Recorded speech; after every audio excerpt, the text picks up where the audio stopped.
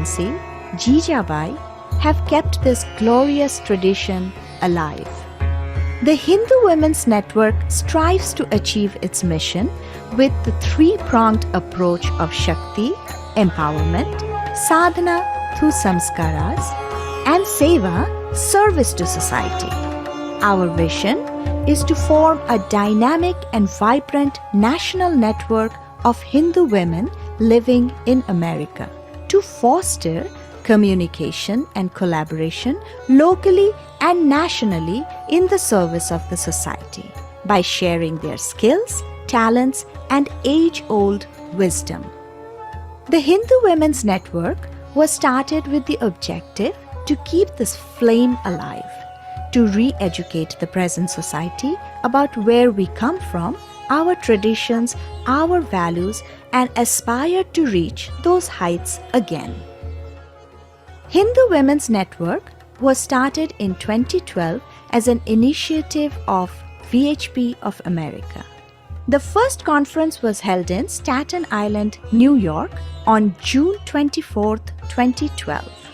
The primary objective for the conference was to highlight the various challenges faced by women and create an interactive network to guide them as a support group in their moments of crisis. To harness their collective power, women's conferences are being organized by the Hindu Women's Network Atlanta chapter annually since 2013. The organizers invited community leaders, inspirational speakers, and professionals to share their knowledge and expertise for realistic, actionable methods to practice and preserve the future generations' values and culture. The conference provided an interactive arena where participants voiced their opinions and were not just listeners but actively shared their own experiences in providing spontaneous solutions to the issues. This cohesive environment promoted a tremendous personal interaction between participants. A young woman might get her issues resolved from the wisdom and personal life lessons of a senior who has gone through the same phase of life. The Hindu Women's Network of Cincinnati started in 2014 to cultivate Hindu women's three great abilities: Shakti, Seva, and Sadhana. In the last 6 to 7 years, the network has organized more than 20 events on various relevant topics attended by women from diverse backgrounds and age groups, such as mother-daughter pair, sharing their experience on handling challenges of living in a dual culture, or how to have healthy relationship with yourself to build confidence. All events also have a most admired fun-filled activity, and each session ends with healthy snacks prepared by the volunteer core team. Doing seva is an important part of this network, such as celebrating birthdays of the residents living in a senior center. Residents feel loved and cared by the kindness of volunteers visiting them. We also stepped up during the current pandemic by making and distributing masks to the hospitals and provided food to needy families. This network has been coordinating and managing the Support a Child fundraising events for the last 4 years as part of their Seva goal to support destitute children in Bharat. Audience attending these events have given encouraging feedback that has motivated the organizing teams. Women felt empowered to discuss and share their points of view on this excellent platform to celebrate the sisterhood together. The woman is the figure that unfolds the divine potential that is present in every person. This is apparent in the concept of Ardhanarishwar, the concept of complementarity, that Purush and Prakriti are not in conflict with each other, but complement each other, coming together to form a complete whole. It is the Nari Shakti that completes the family. That is the energy that propels things forward.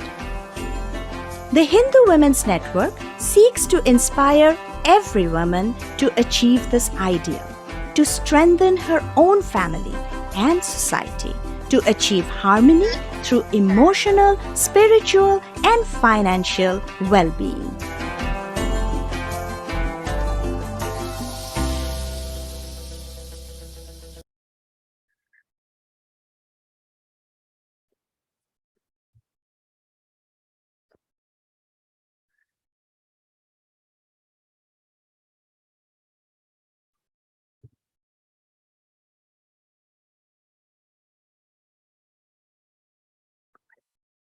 Iti, go ahead. Namaskar. I am Itishri Panda from Hindu Women's Net. I'm a member of Hindu Women's Network, Cincinnati, Ohio chapter. It is my pleasure to invite all of you to today's event. The title of today's event is Youth Perspective on Evolving as a Hindu. I would like to let you know that today's program is recorded. Let me introduce the MC of today's event. Her name is Mugdha Daftardar. She is a computer science student at Georgia Tech. She is a graduate of Bal Bihar. She is an active member of VHPA events. And Mugdha and her family have been enthusiastically involved in almost all of the events of VHPA. Mugdha, the stage is yours. Thank you, Itishri for that kind introduction. On behalf of Hindu Women's Network, it is my honor to welcome all our attendees to this event. Today's event is part of celebrating International Women's Day. We will start our event with the Geet Durga Puri that will be performed by our charismatic singer, Rupa Mehta. Rupa is 9 years old and a resident of New Jersey. She is quite active in both her school and community. Some of Rupa's interests include dance, music, arts, and sports. She is currently being trained in Bharatanatyam and classical music. Let's enjoy the singing performance by this amazing artist.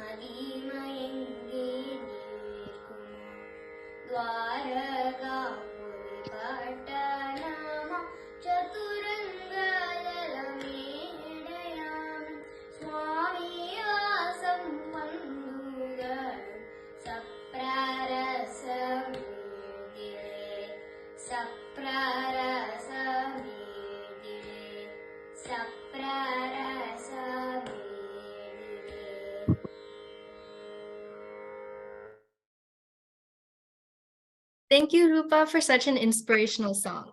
We are so proud of you. Now, let me talk about Hindu Women's Network, who has organized this event. Hindu Women's Network's mantra is triple S, Seva, Shakti, and Sadhana. Hindu Women's Network's goal is to form a vibrant network of Hindu women to promote communication and collaboration at the local, national, and international level, to serve the society they live in by sharing their skills, talents, and age-old wisdom. As of now, Hindu Women's Network has 7 total local chapters in different parts of the USA. For more information about Hindu Women's Network, please check our website, hwnusa.org. One quick mention, if any attendees have any questions, you are welcome to write them in the chat box, and it will be answered later in our program. Now, it is my pleasure to introduce our moderator, Ami Patel ji. Ami Patel is a management professional and change leader. She is a mentor to youth in All World Gayatri Parivar. Here you go, Ami ji. Thank you, Mukta. Namaste. My name is Mukta, and it is my honor to be a part of today's Hindu Women's Network program, Youth Perspective on Evolving as a Hindu. This program is a part of our celebration of Women's History Month.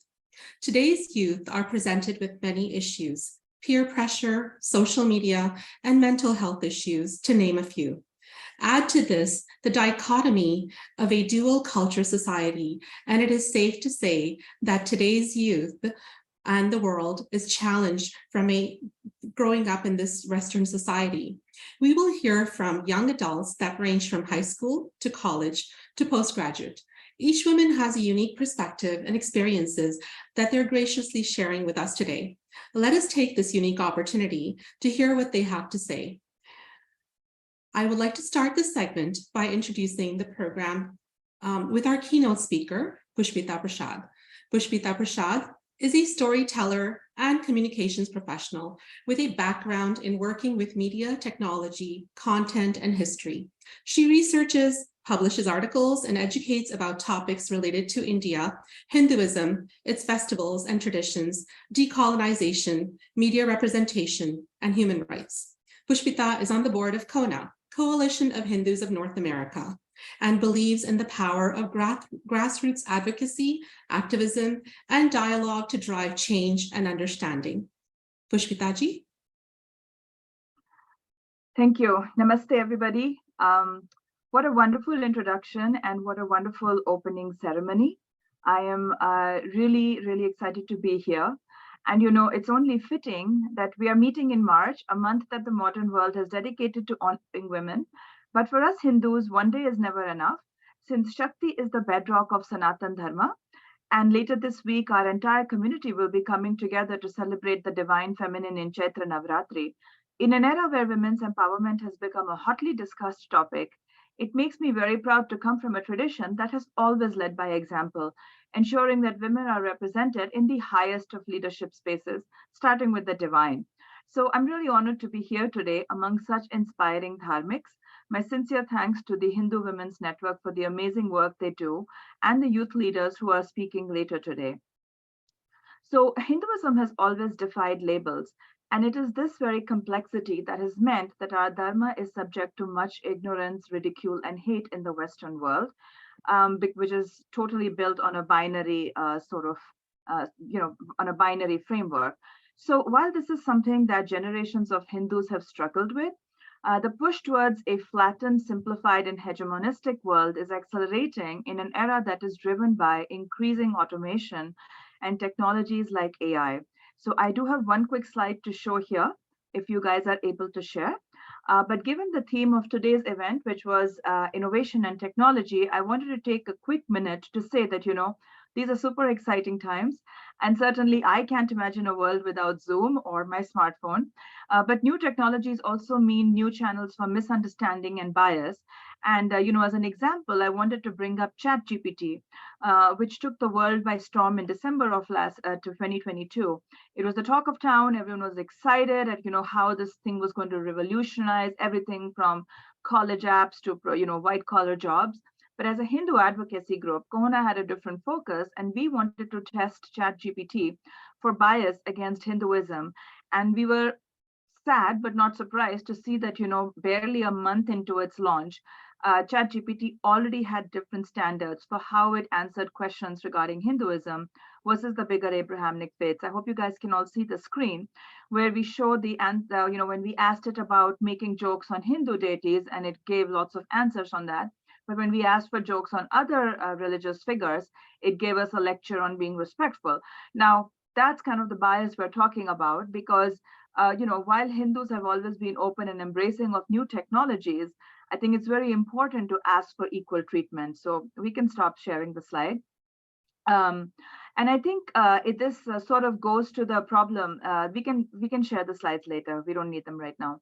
So I wanted everybody to sort of ponder these issues, because while we've always been open and embracing of new technologies, it's really important to be aware of what lurks below the surface of benign sounding tools and policies and seemingly objective standards. So I think a lot of you may have heard about unconscious bias, which is something women face in workplaces, even progressive workplaces. And I think that's a good way to think about Hinduism, because it faces a lot of bias that is really unconscious and unrecognized, even by Hindus themselves. So I think it's up to us to focus on Hinduism and make it part of our public lives, a process that honestly is not just personally enriching, but it's also very rewarding. And I can say that over the past few years, I myself have had the privilege of advocating and educating about Hindu issues to multiple lawmakers and their staff at federal, state, and city levels. One consistent feedback I got from all of these meetings was how pleasantly surprised they were when we showed up as a community and talked about what we as a Hindu American community wanted. It's really how democracy is supposed to work, so I can't encourage it enough.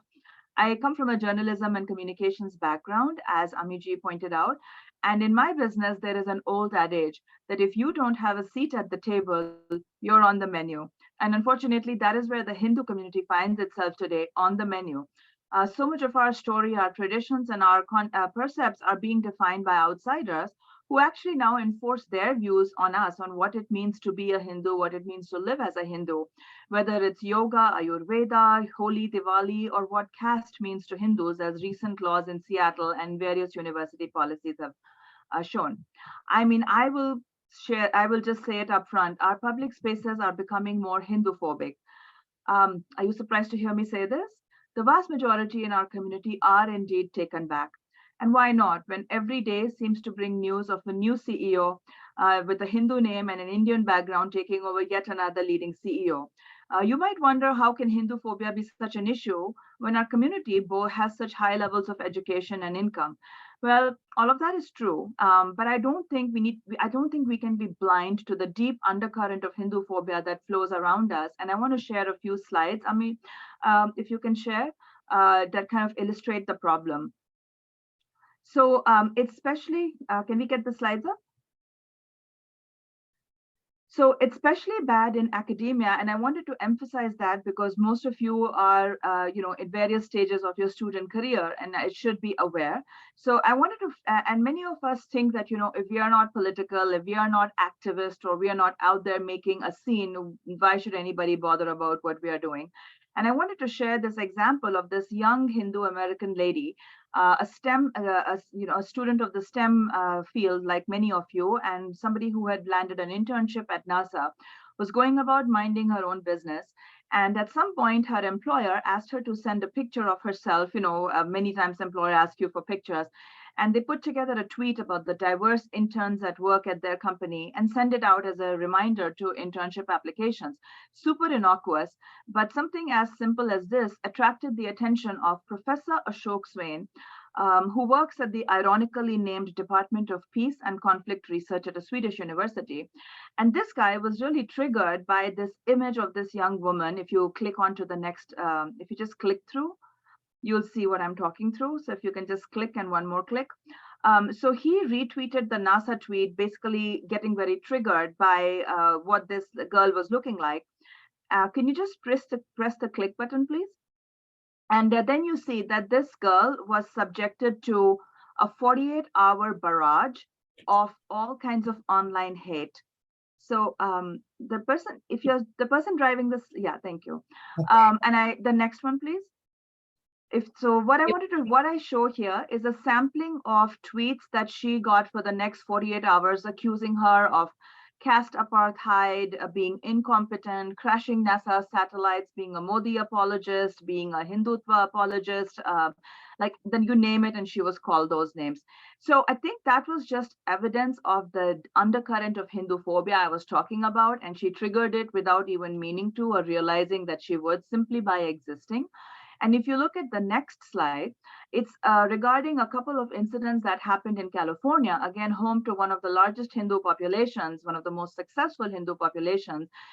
This gentleman, Krishnan Iyer, had lived in Fremont for 20 plus years, serial tech entrepreneur, had no idea Hindu phobia existed till one day he wandered into his local Taco Bell to pick up some food and was faced like a 10-minute verbal assault with this other person who happens to be of Indian origin, spitting at him, calling him all kinds of names and slurs, asking him to go back, and all for, again, existing as a Hindu and presenting, and not even particularly presenting as a Hindu because he was wearing shorts and a t-shirt, but he did put in an online order for vegetarian food, which really triggered his attacker, who went on and on about why this gentleman was ordering a bean burrito and he was going to eat, the attacker was going to eat steak in front of him, etc.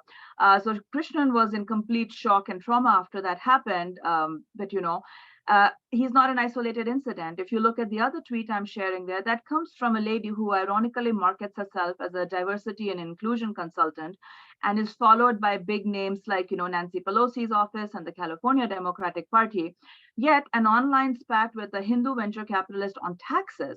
And taxes is about the oldest thing that Americans have been fighting about. But yet, if you fight as a Hindu, immediately things like caste and apartheid, and you can get tagged as a parasite. So I don't think anybody should forget that there is a deep well of Hindu phobia that surrounds us. And if we look at the next slide, because we started by talking about festivals, and my favorite is Holi. But how many of you know that Holi has been under attack for the last 4 years at a number of leading universities with movements like Holi Against Hindutva? Now, I love freedom of speech, and I think every political ideology should be debated, whether it's India, US, UK, whatever.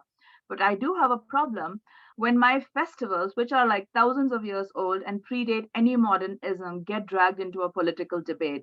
And I really struggle to find the example of the festivals of any other tradition being used to score political points, because it's not just Holi, which is, here being accused of being casteist and oppressive, and a time when apparently women get attacked with semen and bricks, but it's also Diwali, which got attacked again by a California University student organization, which goes on to say, next slide, please, which goes on to say that just by celebrating Diwali in our homes, by decorating our homes, by doing puja in our homes, so we are being violent and oppressive to other communities. So, these kind of direct attacks are obviously very disturbing. But I think we can stop sharing the slides. So I think it's also the process of co-opting and digesting Holi that we see in places like color runs, And I think a lot of this co-option happens, honestly, due to our own community's ignorance around the basics of our festival. So I'll give you a quick example. In February, I created a quick online quiz to get some engagement around Holi, and I posted it to our website, and it got a lot of responses. But the average response, like the score, was coming out to be 60%, which shocked me because I had really not set out to make it a difficult quiz. It was half the answers were like all of the above, yet the response rate was 60%, which goes to show the abject ignorance that surrounds the most important festivals. And it's that ignorance that allows an activist who hates us to come and start branding Holi, for example, as an oppressive casteist festival that celebrates the burning of a Bahujan woman. So the question is, what can we all do about it? Is it game over? Well, of course not.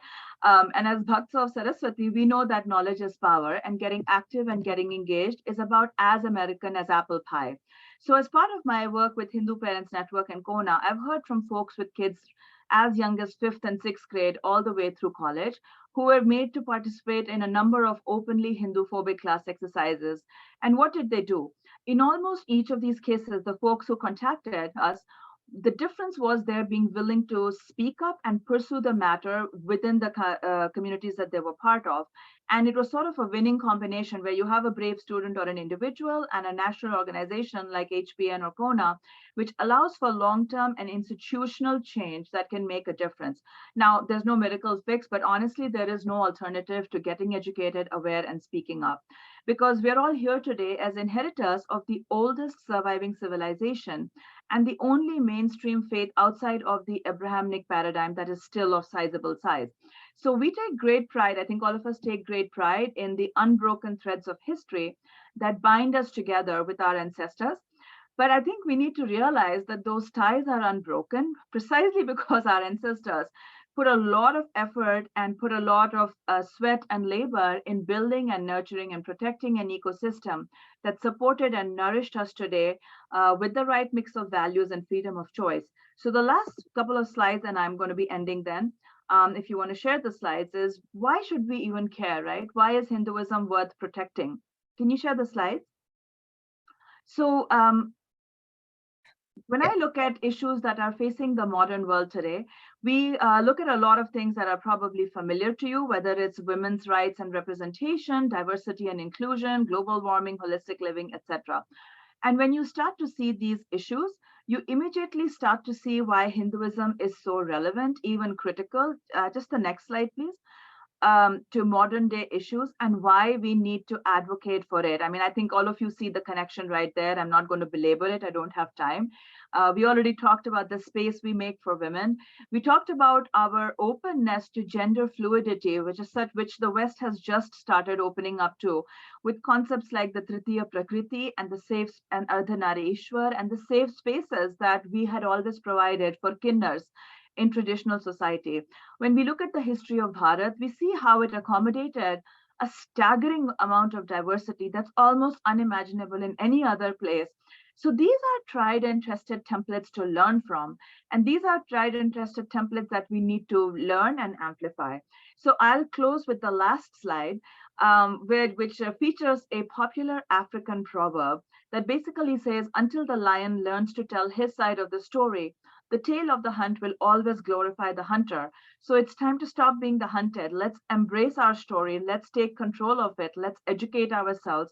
And let's do so using decolonized resources, because every time we look at stuff, we are looking at things that are from the viewpoint of the hunter. So if we talk from the language of the hunter, we're never going to tell our own story.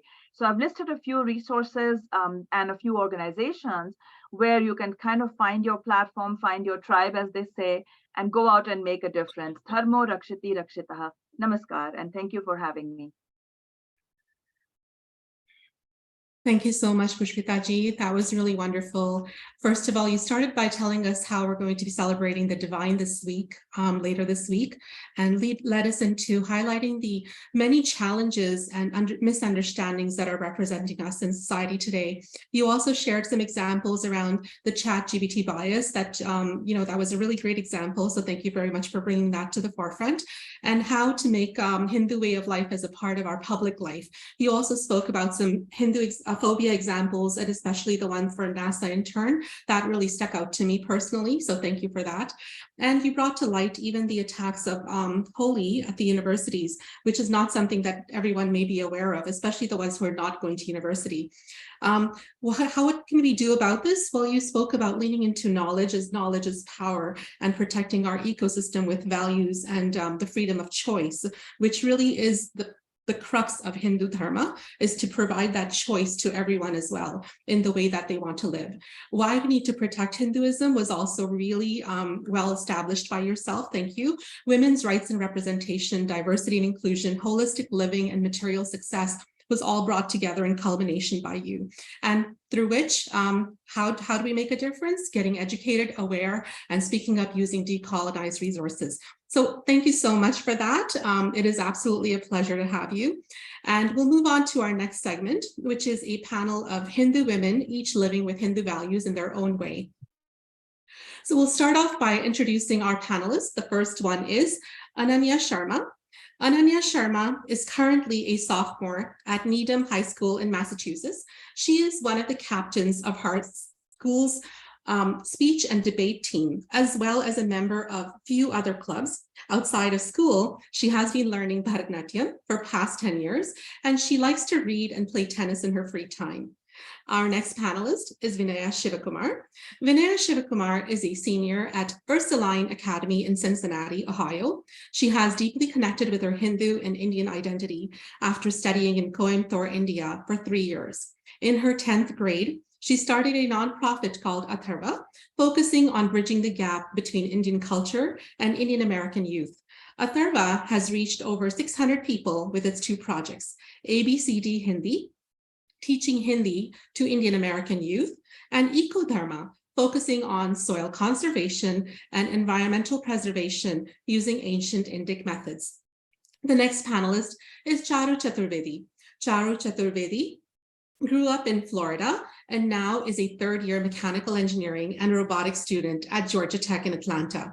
She is the president of a students organization on campus called Hindu Yuva, Youth for Unity, Virtues and Actions. The next is Shruti Kumar. Shruti Kumar is a student at Harvard University studying history of science and economics with a minor in human evolutionary biology. She is the founder of Go Yogi, an international nonprofit organization focused on taking a proactive and preventative approach to student mental health, education, and infrastructure. Shruti currently serves as the president of Harvard South Asian Association. She is also a United Nations Academic Impact Millennium Fellow. And last but not least, we have Dr. Ashwini Javlekar joining us. Dr. Ashwini Javlekar is a 4th-year obstetrics and gynecology resident at Albany Medical Center in Albany, New York. She is originally from Massachusetts and grew up attending the Southborough VHPA Bal Vihar. One quick mention to all the attendees: if you have any questions, you're welcome to write them in the chat box and they will be answered later on in our program. So let us start off first with our panelists with our first question. The first question is, what does it mean to you to be a Hindu youth in America? In your opinion, what is the best part of being a Hindu? How about we start off with Ashwini ji? Thank you for that introduction. And I just wanted to say that I'm really excited to be a part of this forum. I feel like it's really important to have a space to talk about our experiences as Hindu women, and being a part of this forum gave me an opportunity to slow down and reflect on these topics, which I really appreciated, and I hope that this conference and panel does the same for you.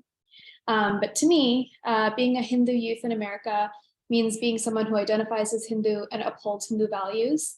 I think the best part of being a Hindu is the nuance and flexibility it allows in its teachings.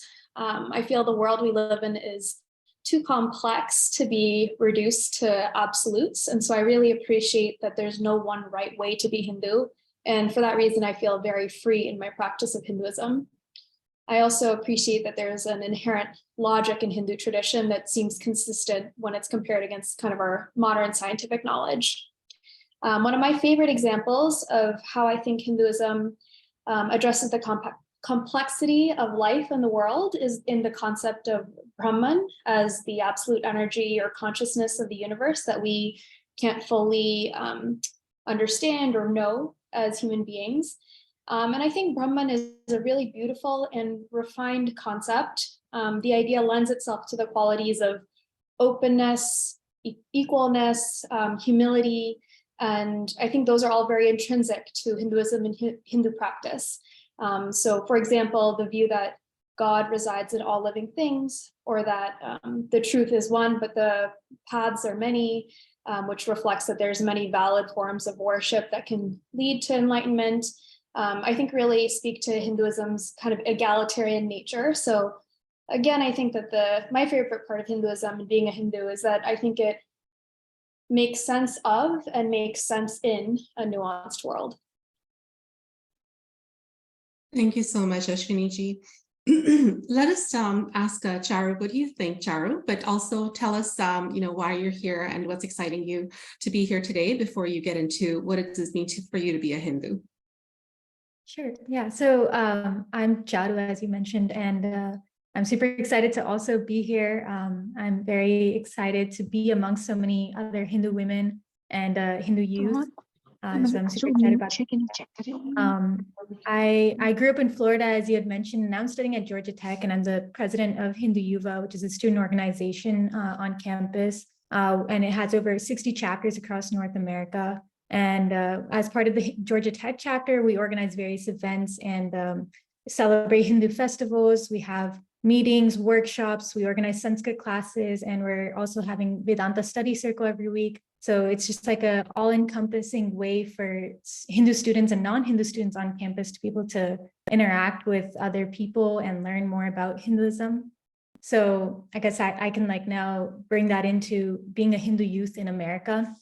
So I feel like being a Hindu youth in America, I had like a very nice and enriching experience because as a Hindu, my values are of, you know, respecting each other's existence, coexistence, respecting diversity, Vasudhaiva Kutumbakam.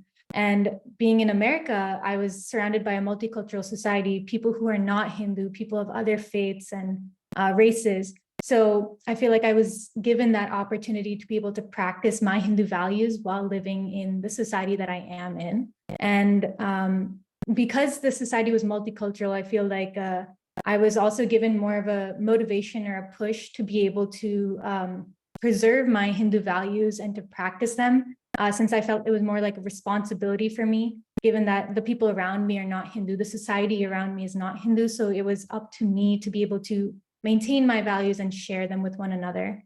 And so I think that also ties into like the best part about Hinduism for me. I feel like I mentioned Vasudhaiva Kutumbakam is one of the most important concepts for me in my life, and like the emphasis on unity and us being together as one. Since I feel it's a little bit of a contrast between the society that we live in, where it's very individualistic, I feel like Hinduism is very community-based, whether it be the society around me contributing to that society or my family, preserving the values that I got from my ancestors and preserving them to give them to the future generation. So yeah, I feel like that's really the best part about Hinduism. Thank you so much, Charu. Next, we'll hear from Vinaya. Vinaya, please tell us, why are you excited to be here today? And then lead us into what does it mean for you to be a Hindu youth in America? Yeah, of course. Well, hi, everyone. I'm super, super excited to be here. And that's mainly because studying in India, so Coimbatore, Tamil Nadu, in Chinmaya International Residential School was one of the best years of my life. I was really able to reconnect with a rather detached identity, which was my Hindu identity. And so I hope to share that experience with everyone on the call today. And I would like to also thank you, HWN, for having me on this panel. So my response to that question is, having a moral compass to help me guide my, ultimate ambition to have justice, move towards Sanatan Dharma. And, just like Pushpita ji mentioned in her keynote session, how we can use Hinduism to kind of guide conversation and, to be the change that we want to see in the world. And it also means, looking within ourselves and recognizing the flaws that we want to work on and the strengths that we can create, using these already values that have been set out for us in Hinduism. And I think it was Ashwini ji who kind of mentioned that in Hinduism, we believe that God is everywhere. So having that kind of ideology really helps you see the beauty that we have in life. Like if you look at everything and think that God is everywhere, then you become empowered to become the best version of yourself and create more impact in the world. And, I have so many reasons that can go on and on and on, but kind of my final reason of why I love being a Hindu youth in America and just in general, the best part of being a Hindu is to being a part of a larger community, like, support systems like the HWN, where other people are also on the path to finding enlightenment, to drawing closer to God and to themselves. And so I think those are my top 4 reasons of why I love being a Hindu. Thank you so much.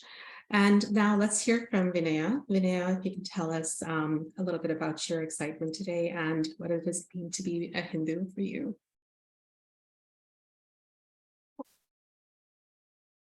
Vinaya already finished. Sorry, I think I messed up. I think it's Shruti, right? Yeah, hi.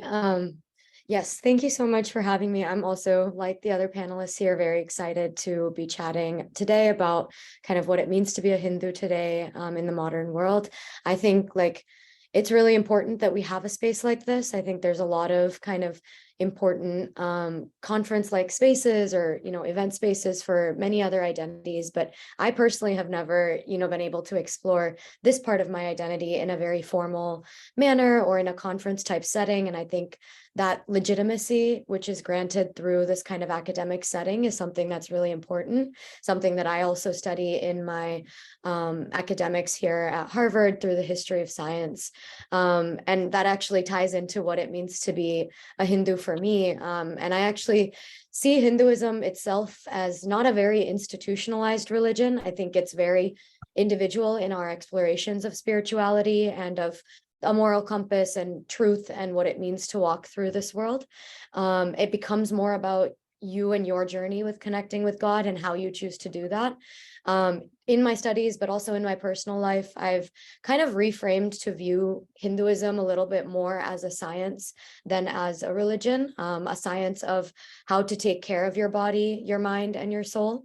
Personally, I connect with my body, mind, and soul through meditation and yoga, using techniques from Hinduism, such as mantras or different chanting things to strengthen that connection. I also think Hinduism is something that's very infused into our culture. It's infused in the food, music, dance, self-care, health. It becomes more of a lifestyle than a religion. And I think that's what makes Hinduism kind of, the best part of being a Hindu is that it becomes a part of your lifestyle. It's not something that you just do on Sundays or Fridays, but something that you follow throughout, the course of your life. And just in my own studies with the history of science, I specifically study the history of medicine and traditional medical systems. So I see a lot of Hinduism present in, traditional medical systems like Ayurveda, Siddha, Unani medicine, health benefits of, for example, turmeric, which is used in many foods in Hindu functions or in Hindu pujas. But the Western world is just now coming to realize that benefit of turmeric in our diets and in our health. And so part of the work that I like to do and think about in my academic space is narrative healing, and this idea of how have like colonized things from the past kind of taken over the knowledge that we held for centuries, and how can we as young people rewrite that narrative to kind of regain credit and bring reparations to the communities that truly held that knowledge for so long. So yeah, that's kind of what motivates me to be here, and I'm excited to continue the conversation. Wonderful. Thank you so much, Shruti. That's amazing. Ananya, how about yourself? Namaste, everyone. I am also, like the other panelists, very, very excited to be here. I'm excited to hear other voices of young Hindu women and also share my own experiences. As to the question, I think in America, it's a country with many different cultures and religions that we encounter every day, we have to interact with every day. And I think Hinduism teaches that there are many dharmic paths to reach moksha or salvation or nirvana or whatever you want to call it. And this idea helps us be accepting and understanding of all of these different cultures in America. And then the best part of being a Hindu for me is that Hinduism teaches certain values that kind of guide me through life and give me direction. For example, the 10 Dharma Lakshanas, the teachings of the Gita. Whenever I have any confusion or I'm not sure which path I want to take in my life, I think remembering these values and remembering what they mean to me really guides me in that decision making and things like that. Wonderful. Thank you so much. So, we started with your opinion on what it is of being a Hindu, and I just learned so much from each of you just by you sharing this. You've shared about Brahman and the openness and equalness paths. There are many paths that we have. You've also alluded to Vasudhaiva Kutumbakam and the belief in unity. And you've talked about the moral compass, the ultimate, for ultimate dharma and justice, and how Ishvara is everywhere, and you can become empowered just by and get to you the best version of yourself just by knowing that. You've also talked about rewriting our narrative, which really, really is amazing and makes us really proud to know that you're already thinking down that path and giving us ideas as well as an audience on what we should be thinking about. And you've alluded to direction through reflection as well in terms of the 10 dharma lakshanas and values and the 4 ashrams of life. So thank you so much for being so amazingly concise in basically summarizing the essence of what it is to be a Hindu today. Thank you for that. We'll start off with the next question. And in this next question, we'd like to hear from you about what is your experience. In your experience, what has helped you to adhere to your Hindu values? How have you balanced being a Hindu while living in a multicultural society? And this time we'll start off with Shruti. Yeah, I think this is a very important question for us to ask growing up here in America. I think it's very easy to be surrounded by a lot of different ideas and thoughts, and ones that can make it all the more confusing on figuring out who we are and what we hope to do. But I actually think being in the US also makes it stronger for each of us because we have more of a reason to justify why we are Hindu and what we are doing. We're not blindly following it because everybody around us is. I think a lot of us have made a conscious decision to engage in Hindu values and practices. For me, I went to a Catholic school for all of high school, so was surrounded by Catholicism, Abrahamic religious values. And I think my parents never forced me to be Hindu or to follow such values. They didn't kind of shove it down my throat, which is what a lot of parents tend to do to their children. And I think that makes their children aversive to the religion when it's forced upon them. But for me, I was always given a lot of autonomy. My parents said, if you believe in Catholic prayers, like go ahead and do that. If you believe in Hindu prayers, do that. Whatever, feels good to you is what you should engage in. And so when I went to Catholic school, I kind of always would notice the similarities and differences between the two religions. I thought about life and about the institutional part of the religion. For example, the concept of like doing good or bad things in this world. Like in Catholicism or Abrahamic religions, there's this practice of just asking for forgiveness. So there'll be like large sessions where people will, go to the priest and just ask for forgiveness. But I think Hinduism like frames that in a very different sense of like, if you engage in bad actions, bad karma, the way we clear that is by doing good things and, engaging in good karma. And, it really emphasizes changing your behavior rather than just asking for forgiveness. And I thought that was really powerful, right? So in that moment, I was like, okay, this makes a lot more sense to me. Changing my own behavior to do good actions, I think is a better way of, appeasing or rectifying bad actions that we might have made. So like, I think Hinduism offers a very complex way of growing as a person and really emphasizes that, no, we're not perfect human beings, but here are the ways that you can get there. And so it became more of a search of truth for me than about religion. I just wanted to know what the truth was. And I think I liked the amount of logic that exists in Hinduism. I don't see that same amount of logic in other religions. So I think for me, it came from there. Another part being with mindfulness, meditation, yoga practice. I've been doing yoga since I was in first grade. And at that age, it was just, playing around on the yoga mat. But then when I got around to middle school and high school, and there was more peer pressure and stress around me, like I turned to meditation naturally to help me deal with that. That's what kind of led me to founding Go Yogi, to share that practice of meditation in our schools. So in the schools that we work with, students will practice meditation 3 to 5 minutes at the start of every day. Teachers will turn off the lights, students will put away their work, and everyone practices meditation for 3 to 5 minutes. So we've worked in schools across the US and in India. And it's just awesome to see this practice of meditation being one that comes from India, comes from, Hindu or even, Buddhist practices, but ones that are not just about religion. It's about truth and about finding oneself. And I think that is kind of what I hope to share with others too. That is so inspiring. Thank you, Shruti. Let us hear from Ananya. Ananya, what are your thoughts on this? Sure. So I have attended Bhavihar from when I was 5 years old all the way up to 9th grade. And I think that was the experience that really helped me stay in touch with my Hindu values. I live in a town where there are not a lot of Indian kids, and even less when I was in elementary and middle school. And I think it would have been really easy for me to assimilate into Western cultures and forget my Hindu values because I wasn't surrounded by other Hindu people.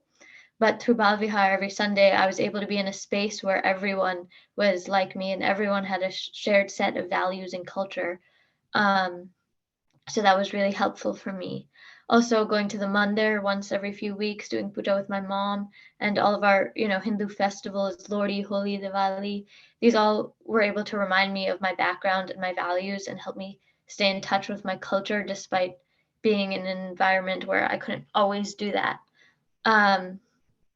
And I'm, of course, most grateful to my parents and my teachers at Bal Vihar for not only teaching me these values, but also teaching me to be unashamed of them.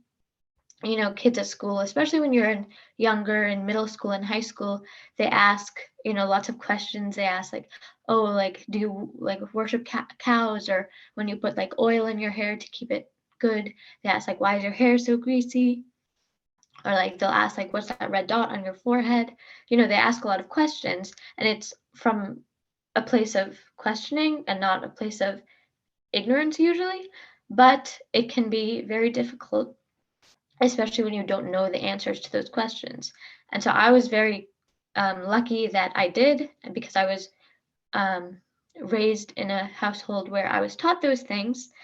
And so because I knew the answers to those questions, I was able to answer them rather than get angry or ashamed or agitated. And I think that was the biggest thing that allowed me to stay to my values in a society where many of my friends have different values or beliefs and know know very little about Indian culture. I was able to like have pride and confidence in my own culture, and I think that the elders in our community are the people who really fostered that for me. Thank you, Ananya. Charu, what do you think? What is, what has helped you? Yeah, so I would say I also attended Bal Vihar, but I attended Janmay Mission Bal Vihar growing up, and I think that, along with my parents, was they were both parts of my lives were very essential to helping me grow up with Hindu values. In Janmay Mission Bal Vihar, I was learning stories about Hindu history, learning concepts starting from a young age from Vedanta. And then at home, I was also learning a lot more about Hindu history and the Hindu practices that I should be following in my daily life from my parents. So both of those combined, along with the Hindu society that was around me, going to the mandir and interacting with other Hindus that were also living in America, that really kind of gave me an all-encompassing experience, despite living in, away from a Hindu society. So I think those things were really essential to helping me preserve those values. And in terms of balancing being Hindu while living in a multicultural society, I feel like they're not necessarily, like, I don't think I need to balance it, since being Hindu and living in a multicultural society are not necessarily at opposite ends of a spectrum. I think they go hand in hand. Being Hindu has helped me live in a multicultural society. It has enhanced my experiences. Like I mentioned earlier, the concept of Vasudhaiva Kutumbakam, that in itself has, prepared me, equipped me with the ideas that I need to live in a multicultural society. But I do think that it's very important that we do remember those values when we do live amongst people that are not Hindu, and be sure to be proud to embody them. So, for example, like currently I'm part of Hindu Yuva, a student org at Georgia Tech. And part of what we do as a Hindu student comes from our Hindu values, and it very much aligns with the multicultural society, the campus community at Georgia Tech. So like, for example, we do seva activities every semester, whether it be, a donation drive or volunteering at a local shelter, preparing meals for the homeless. I don't need to set aside my Hindu identity to be able to contribute to that multicultural society that I'm in.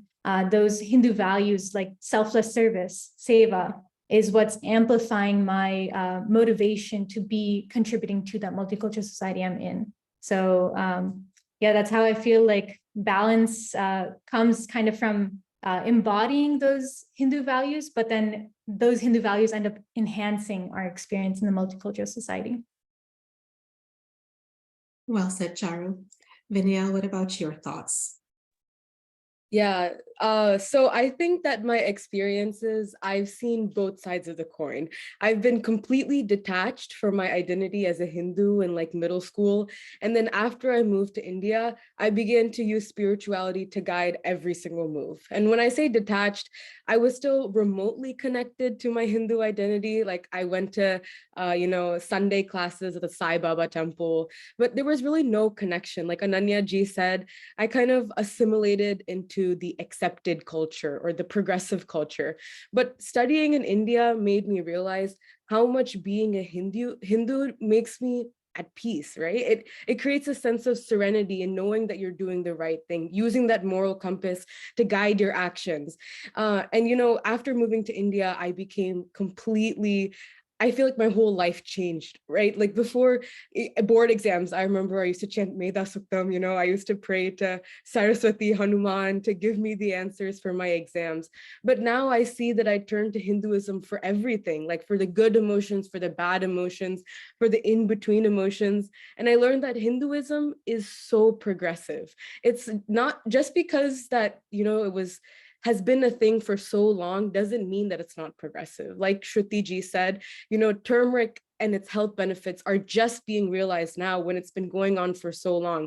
Meditation, mindfulness, the westernized culture is, kind of saying that this just came out when really it's been happening for such a long time. And so I really think that Hinduism has kind of become a lifestyle for me, which helps keep me balanced in a multicultural society. Like I also go to a Catholic school, and rather than, kind of letting that deter my Hindu identity, I use these Catholic school values and use it to reinforce my identity with certain overlapping values. For example, the Catholic traditions also, really believe in community service, just like Hindus really believe in community service. So I would like to say that there's kind of a duality in my experience as being a Hindu, but I think that duality is what keeps me balanced in such a, dynamic and multicultural society. Thank you, Vinaya. And Ashwini, what do you think about this particular topic of how do you adhere to Hindu values? I think in line with what the other panelists have mentioned, I feel like I've been able to clarify and hold on to my Hindu values based on what my parents and family taught me at home, as well as through my experiences at Bal Vihar. And as Shruti mentioned, I think there comes a time when you kind of transition from doing what you grew up doing to choosing if you want to continue to do that. And I think that one of the reasons I continue to self-identify as Hindu is because I do feel it balances how I function in my day-to-day life. And I also feel like I made some very close friends in Bal Vihar who shared my multicultural experience, and going through the stages of life with them, like high school, college, jobs, marriage, has given me kind of an ever-present sounding board for people who have very similar experiences to what I have had. And then I think that the things that I learned about in Hinduism growing up don't feel like they're in conflict with how I exist in the world today. Kind of a very specific example is when I was in medical school, which of course is a lot of studying, I used to lean on this teaching from the Bhagavad Gita that actually one of my childhood Bal Vihar friends had reminded me about when I was overwhelmed. The teaching is that we should do work for the sake of work itself and not for the fruits of the labor. Or a simpler way of putting it is to, learn for the sake of learning, work for the sake of working. And I think that sort of attitude kind of pervades how I function in life and how I studied with my study groups. And then kind of continuing on to my day-to-day life now as like a practicing OBGYN and women's reproductive health advocate, I think I'm better able to serve my patients because some of the values I was raised with as a Hindu. For example, in Hinduism, we understand that the Dharma recognizes that there's not a single correct course of action for every individual, but rather the correct course of action for someone is dependent on their specific stage of life, circumstances, situations. And so as you can imagine, that can be very relevant to people in their pregnancies and healthcare. So I feel like my Hindu values allow me to practice medicine with integrity and in a way that best serves my patients. And I think that's a way that I've been able to balance kind of who I feel I am in my day-to-day life with my Hindu identity.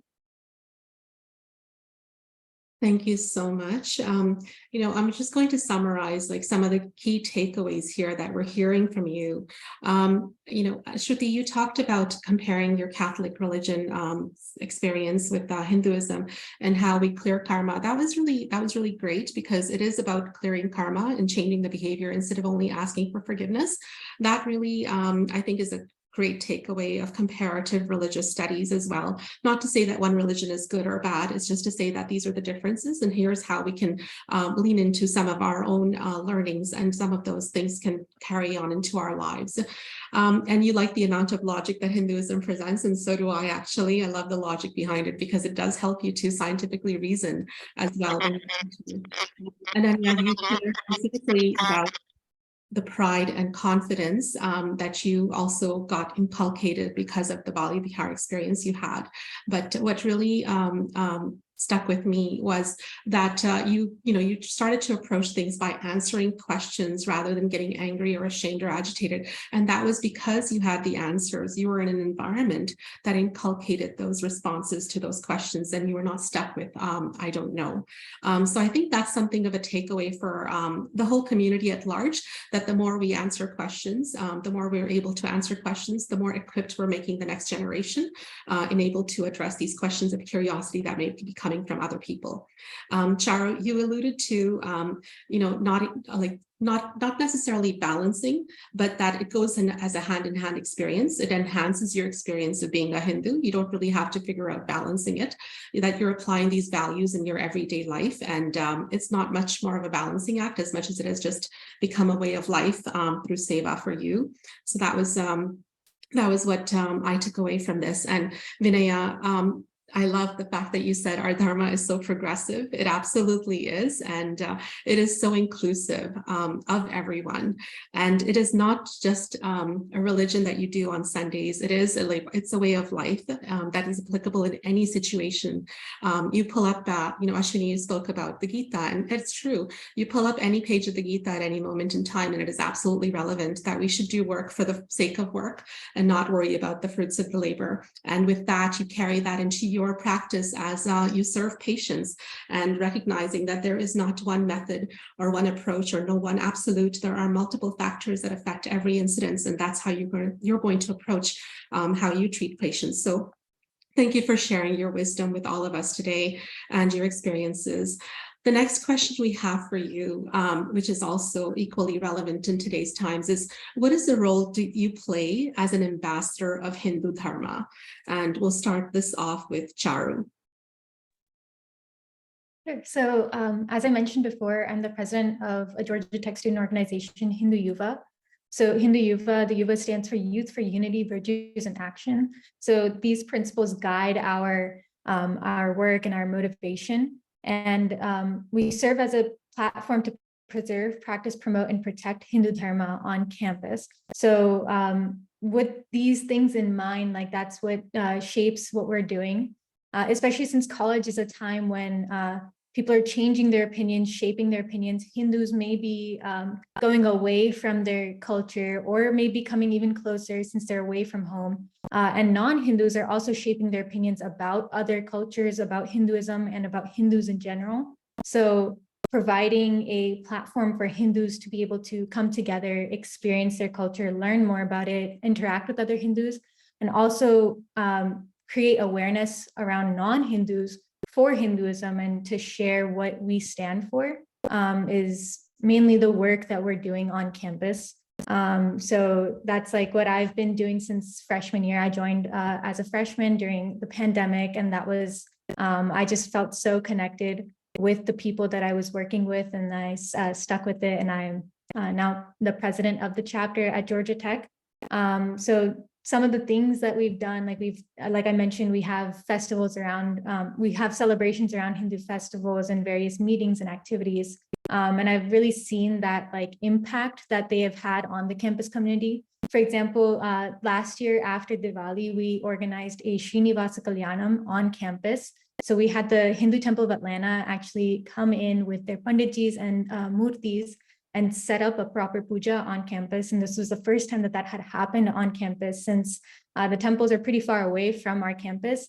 So we decided to bring the temple to campus, and we had over 200 people participate and sit through the whole puja and enjoy and interact with the people around them.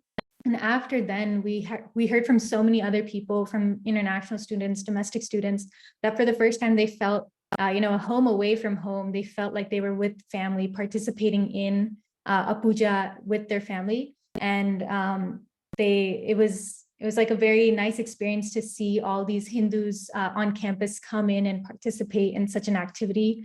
And we were able to also reach out to very diverse Hindus, people of Indian origin, people who had grown up in America like I have, as well as people who had grown up in Southern Africa, in the Caribbean, in the Middle East. So this way, like, Hindu Yuva is kind of bringing together these Hindus on campus at Georgia Tech, at least. Yeah.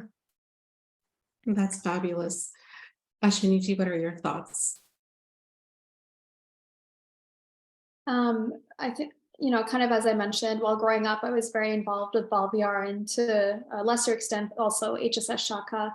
And in those roles, I feel like I kind of transitioned from being an attendee to a youth leader and helped teach younger children about yoga and Hinduism. But beyond that, outside of Bal Vihar, I think my parents helped me a lot in helping to educate my American peers about my culture. A small example is even in grade school, when Diwali would happen, they helped me bring prasad into school and with a little write-up about Diwali, which was very simple. It would say that Diwali is like a 5-day Hindu festival, and it celebrates the triumph of good over evil, of knowledge over ignorance. But this was teaching people something they hadn't had exposure to, especially, thinking back to the 1990s in Massachusetts.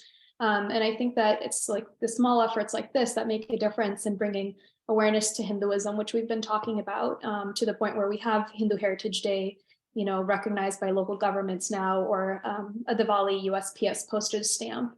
And kind of, as has been mentioned by other people on the panel as well, there's so many concepts and teachings of Hinduism that are ubiquitous in American culture that a lot of lay people, I think, often don't know or derive from Hinduism, like the concept of karma or yoga, meditation. We've talked about turmeric a few times. And I think if you look at those kind of even small aspects of Hinduism, they're good opportunities to educate people. So a more recent example I have is that for one of my residency wellness group, wellness activities, they had a yoga event, which they had kind of presented as a stretching exercise. And I used that as an opportunity to send an email just kind of highlighting the background of yoga and how asanas are just one aspect of the practice. And again, not like arguing against this woman leading the yoga workshop, but being able to give cultural context to it. And I think, of course, if you don't tell people, how will they know? And I think it is important, again, kind of as Shruti has mentioned, that for the gifts of our culture to be shared with the world and accurately attributed to us.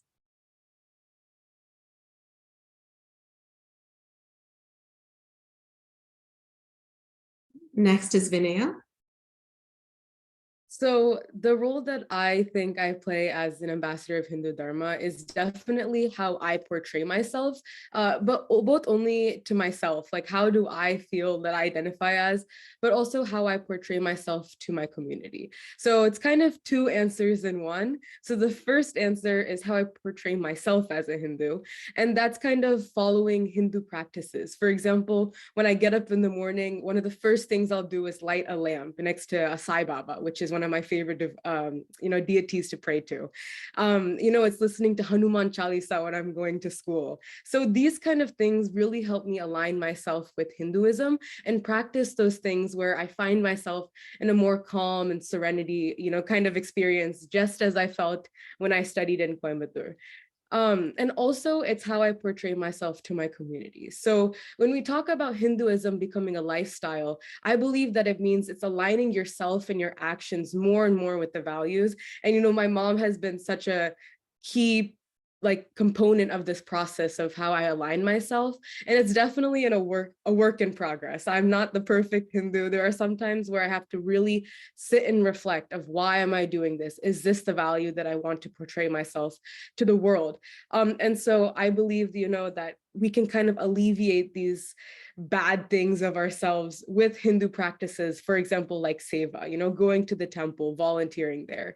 And so I think that when you do that self-improvement with yourself, when you look within yourself, you begin to kind of radiate a certain lifestyle that affects those around you. So that's kind of how I believe, working on myself and my Hindu Dharma is going to influence everyone else around me. Thank you, Vinaya. Ananya, how about you?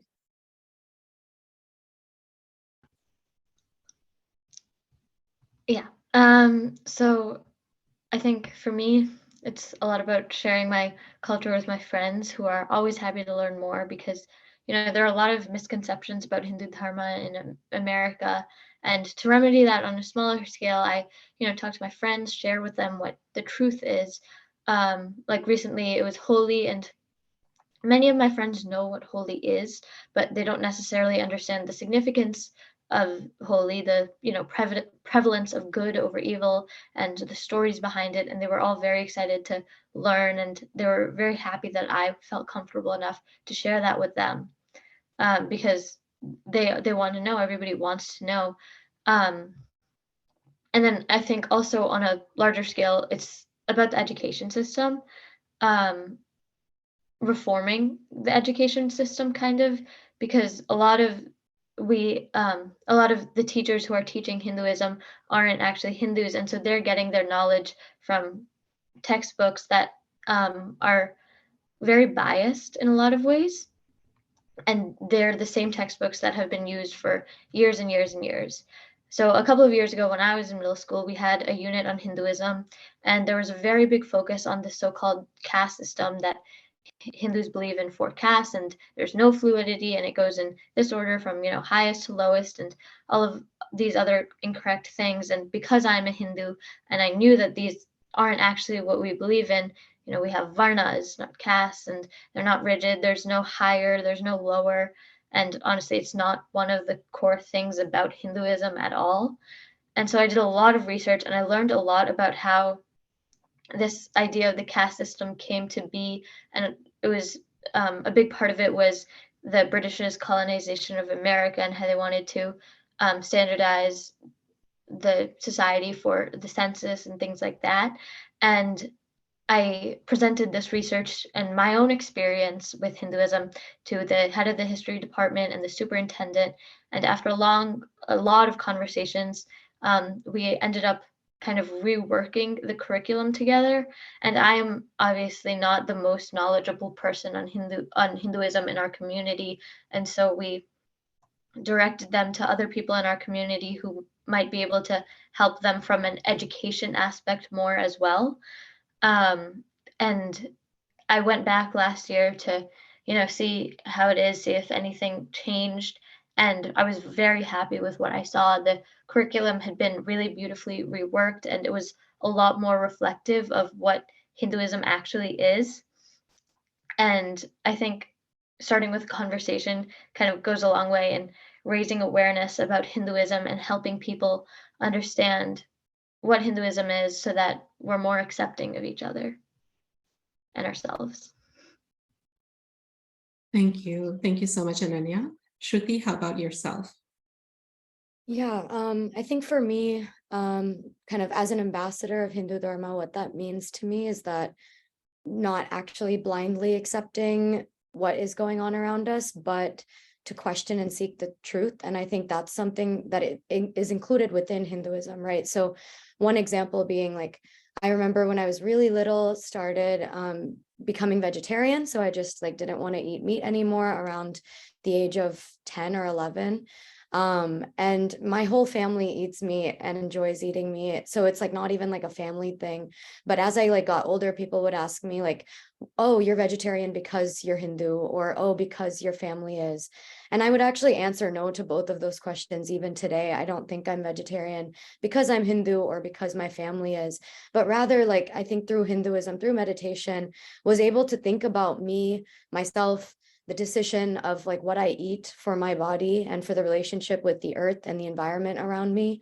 So these are all the types of questions that meditation led me to ask and to question and seek the truth in what I do. And so it wasn't like a blindly like, oh, all Hindus are supposed to be vegetarian, like, you know, this is what we have to do, but rather let's seek and question the truth within us and make a decision that, you know, is good for you and your body. And I think that framing was something that I liked a lot better, and that allowed me to be an ambassador within myself. So it was more about practice rather than preaching. It was more about actions rather than words. And through kind of like the way that I walk this world is like questioning and trying to find that truth, and living those practices in that way. And then the other part being like, I think it took a long time for me to be comfortable and to talk and share about Hindu festivals and celebrations. I remember like I would post all the time about Halloween or Christmas on my social media accounts, but would never post about Diwali, Pongal, Navaratri, anything like that. And so I think just more recently have been able to share that with my you know, peers on social media or my friends. It took me a long time before inviting my friends to my Bharatanatyam performances, explaining to them what stories we share through dance, through narratives of Ramayana, Mahabharatam. And so those are kind of some aspects that I feel like I learned and I'm still learning over the past several years. And the last thing being like, through Go Yogi, have learned a lot about how yoga, meditation, and mindfulness intersects with religion. And I remember like when I first started implementing the Go Yogi program at my high school, one of the biggest challenges or barriers I faced was that my Catholic school said, no, we can't do meditation. It comes from a Hindu background or it's related to Hinduism or Buddhism, and parents will be, you know, Catholic parents will be concerned if we practice something that's Hindu in our Catholic school. And so that's when I first realized, okay, like they are viewing this practice of self-reflection and introspection as something that's inherently religious. And that was keeping all of these students, right, from learning about themselves, from doing mindfulness. So I had to kind of reframe. I gave a presentation to all the faculty at my school that summer, just talking about how breathing, meditation, like focus techniques are things that don't have to do with God. They don't have to be related to religion. You don't have to say or pray to certain deities or gods. You can practice breathing techniques and meditation techniques without having it be associated with religion. And so when that happened, I thought that I would have to always publicize Go Yogi as something that was never related to Hinduism or Buddhism, because I was scared that those origins would not be accepted.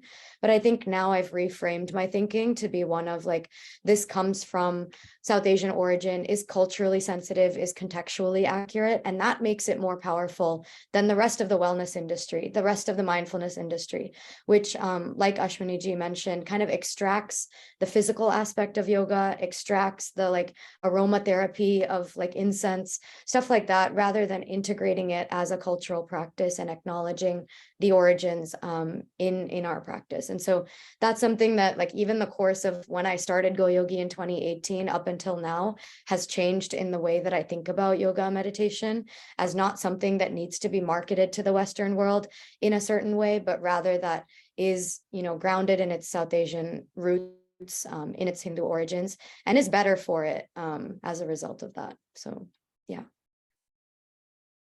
Those are such rich experiences that all of you have shared as you played the role of ambassador in your own lives. I mean, I'm really like how beautiful to bring the Srinivasan Kalyanam at school. That is, I can't even believe the vibrations and the energy that would have created. So I wish I was a fly on the wall for that one. That's really beautiful that you shared that with us, Charu. And Ashwini, you spoke about, you know, the small things, small efforts leading to large event, like bringing sweets to school and during Diwali and having, you know, if you don't tell people how will they actually know? Like that's really true. It's about sharing and having the courage to share, and knowing that, you know, if you do share, there will be acceptance or rejection, but you're okay with that, and having the courage to do that. And having your parents, of course, and the community support you is obviously a wonderful thing. Vinaya, you talked about self-improvement and radiating your lifestyle as the means of ambassadorship, which is absolutely true. That, you know, if we are going to be the change, then the world will change around us, and that really connects with that principle that Mahatma Gandhi ji spoke about. And Ananya, you spoke about you know, how you took charge and you researched and you presented to reworking the curriculum, and that too on the caste system, and that takes a lot of courage.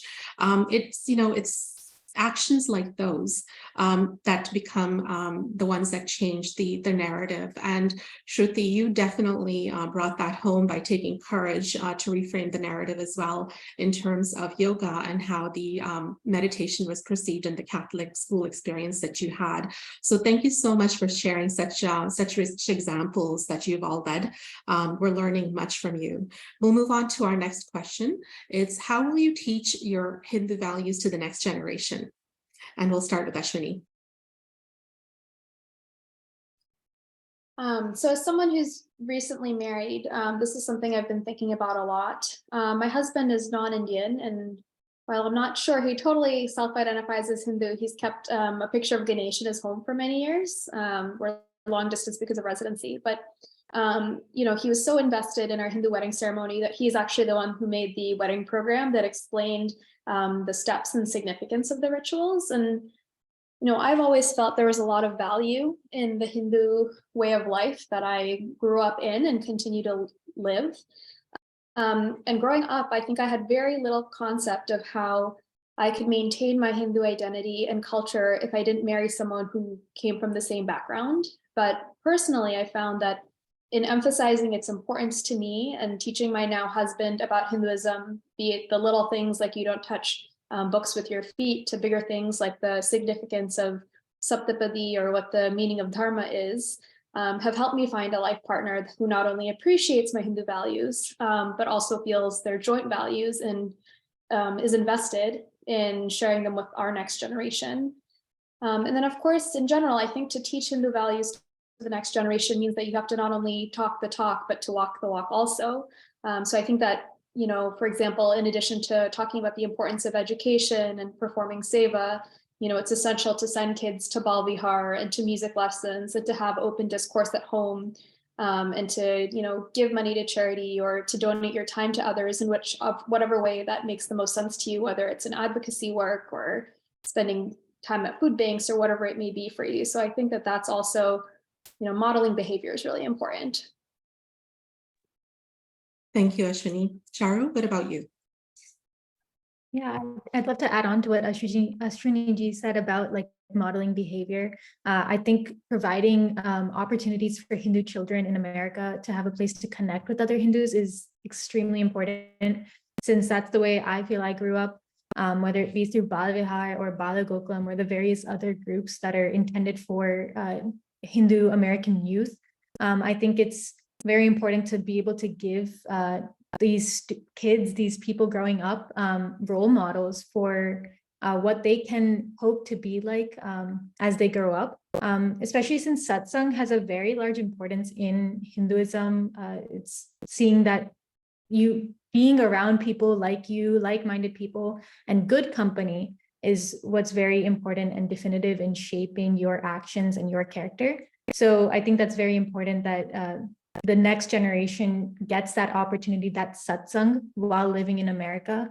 And if they learn that being Hindu does not take away from being cool or being, you know, the people that are, you know, out there, like being the best. You know, you can be Hindu, be the best that you want to be cool, and you can, it's totally okay to not fit in, because you add to the conversation, you add to the melting pot that, you know, America is. So for me, like when I attended Bal Vihar, I saw other Hindu students my age. I joined at a later age. I joined at age 9, while people had been going to Bal Vihar since like age 5. So I saw that those that were attending since age 5 were like very much into, the Hindu stories that we were learning. And so when I joined, I also wanted to be like them. So I saw that my peers were my role models. And then when I came to college, I joined Hindu Yuva, as I mentioned, as a freshman, and I got to see the people around me as role models. They were learning Sanskrit. They were, participating in Vedanta study circle, having deep conversations, and taking great pride in being Hindu on campus. So I saw, I gained strength and, vision from the people around me. So I definitely think that such examples and such encouragement that we can provide to the future generation is absolutely essential for preserving and practicing our Hindu values and giving an accurate portrayal of what being Hindu means to them. Wonderful, thank you. Shruti, how about yourselves? Yeah, I think for me, in thinking about the next generation, one thing that I really hope to make sure of is teaching language to the next generation. Growing up, my mom parents both made it a big deal to learn our language. And so I'm currently fluent in Tamil and Kannada, which is something that a lot of students my age in college are not able to communicate with their grandparents, maybe can't relate to certain songs, music in the culture. I think knowing Tamil and Kannada helps me understand Sanskrit and different words in, the mantras, in the chants that we do. And so making sure my kids are able to speak the languages that we have, I think is a very core tenet of mine, and one that I hope to preserve. And one that I hope parents who are bringing up children now make it an important point to teach that language to them. I think it's important to stay connected to the culture and community outside of Hinduism, just as, coming from the South Asian culture. I also think that I had a lot of autonomy growing up in choosing religion and in how I choose to experience that. So that's something I hope to continue for my children, is not only should you learn about Hinduism, but also learn about other religions and cultures, and kind of ask yourself what is the truth and what is your moral compass. I also think tradition itself can be incredibly powerful in constructing an empowering community, but over time it can also perpetuate harmful norms. I think gender norms is one thing I've noticed in my household and in my communities that can be very restrictive.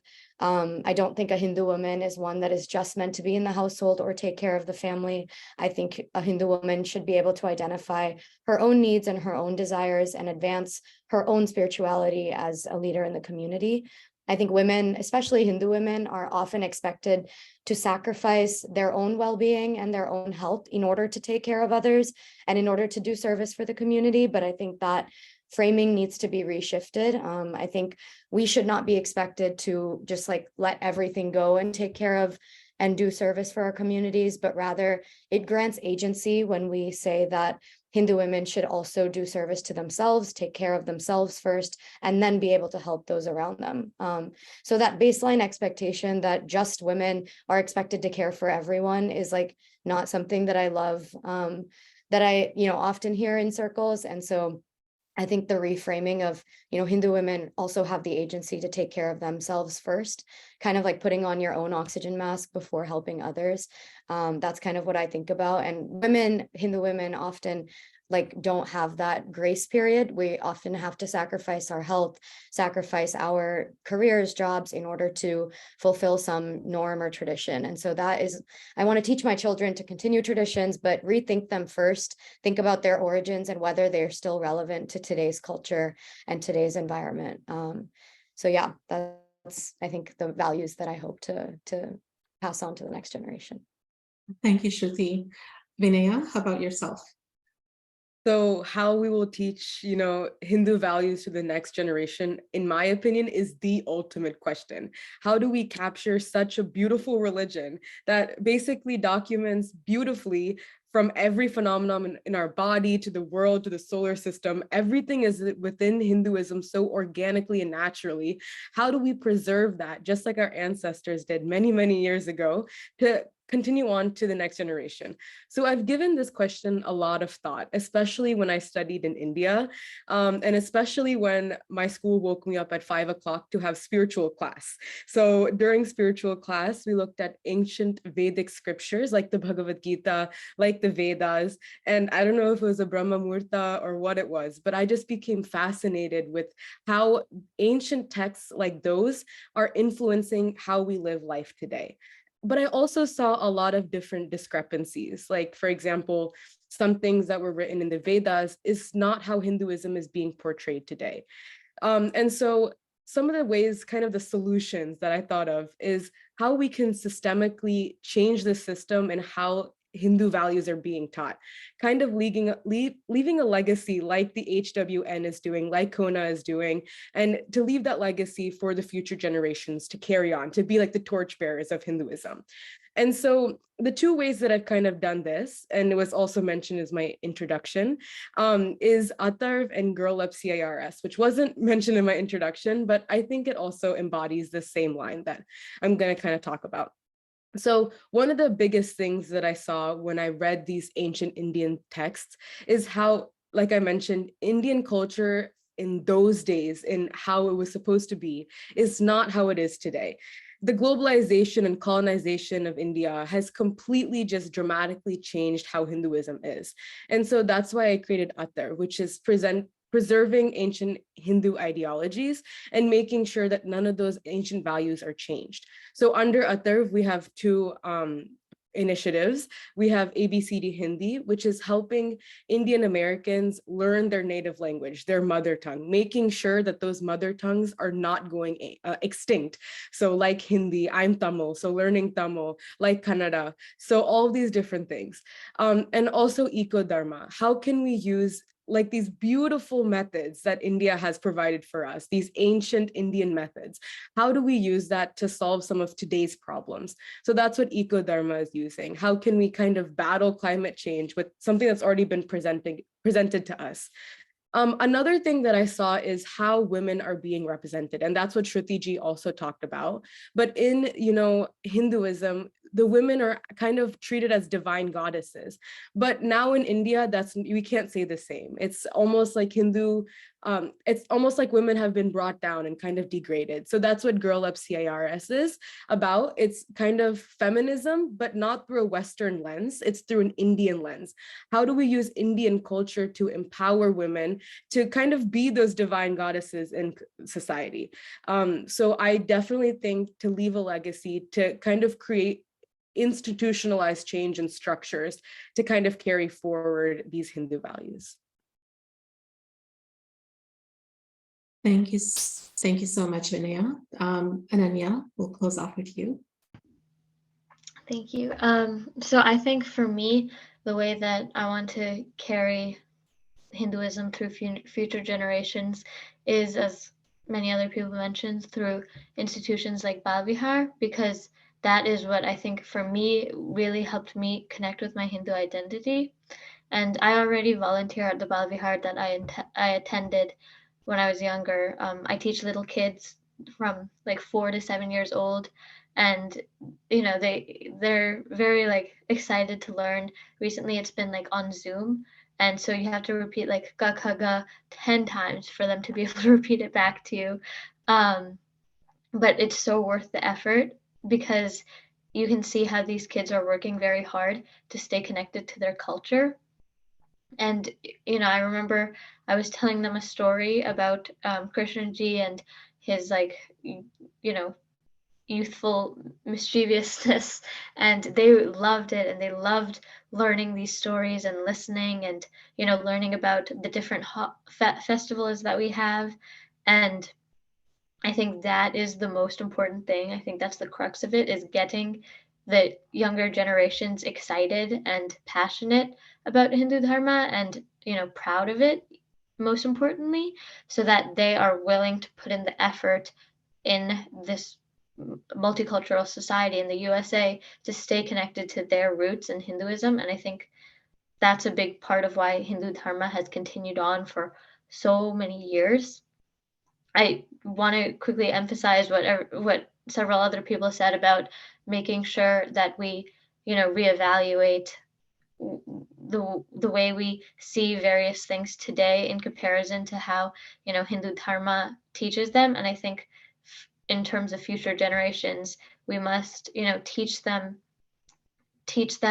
Hinduism like with a lot of originality and be mindful of the current culture of America and of how Hinduism has evolved over the years, but also not to let that discourage us or anyone from remembering the truth of Hindu Dharma and things like that.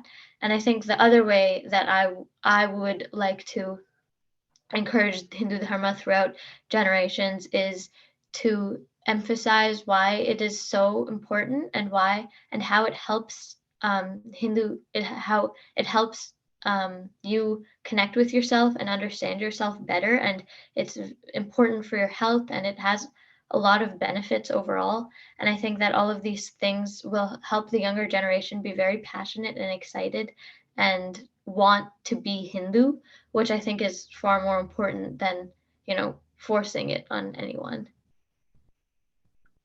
Thank you, Ananya.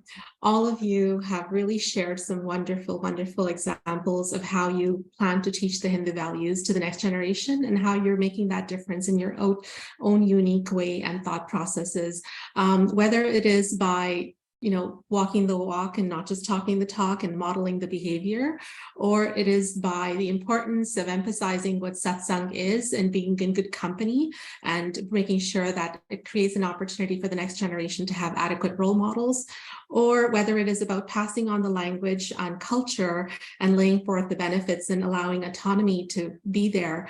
But you also spoke about some important things like breaking gender norms and reframing the sacrifice by just women, and laying out that example of putting on the oxygen mask first and helping yourselves first prior to helping others, which is equally important and equally should be also predominant as the next generation leaders that you are. You spoke about being the torch bearers, and you're already bearing the torch, and it's incredible to see that you're already with your life and with your experiences creating a unique legacy for the future generations, whether it is returning back to Bal Vihar to volunteer as the next generation and coming back to the experiences you personally had about storytelling and how you connected and getting excited about sharing those same experiences with the next generation, and emphasizing the importance of self-learning and the choice of being a Hindu versus the need or the want to be a Hindu, but the choice that's given to each of you autonomously.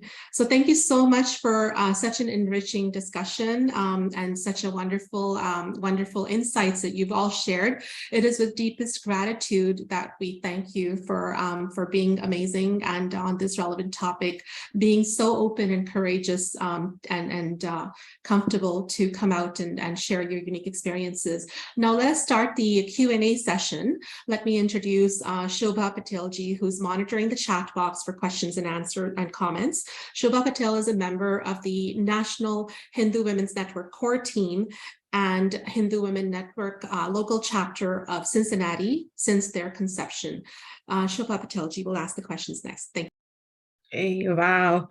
What a great dialogue from our youth panelist. Loved the center theme of cohesiveness and unity and, the significance of our beautiful Sanatan Dharma. As many of you also mentioned, Vasudhaiva Kutumbakam, very beautiful phrase that we have. Okay, so we do have a lot of good comments. And the first question asked is, it is a feat to grow up in a land where your parents did not.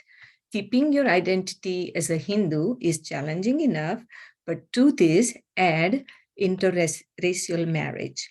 So I think the question is, what advice would you give to a Hindu boy or a girl who wants to marry into interracial marriage?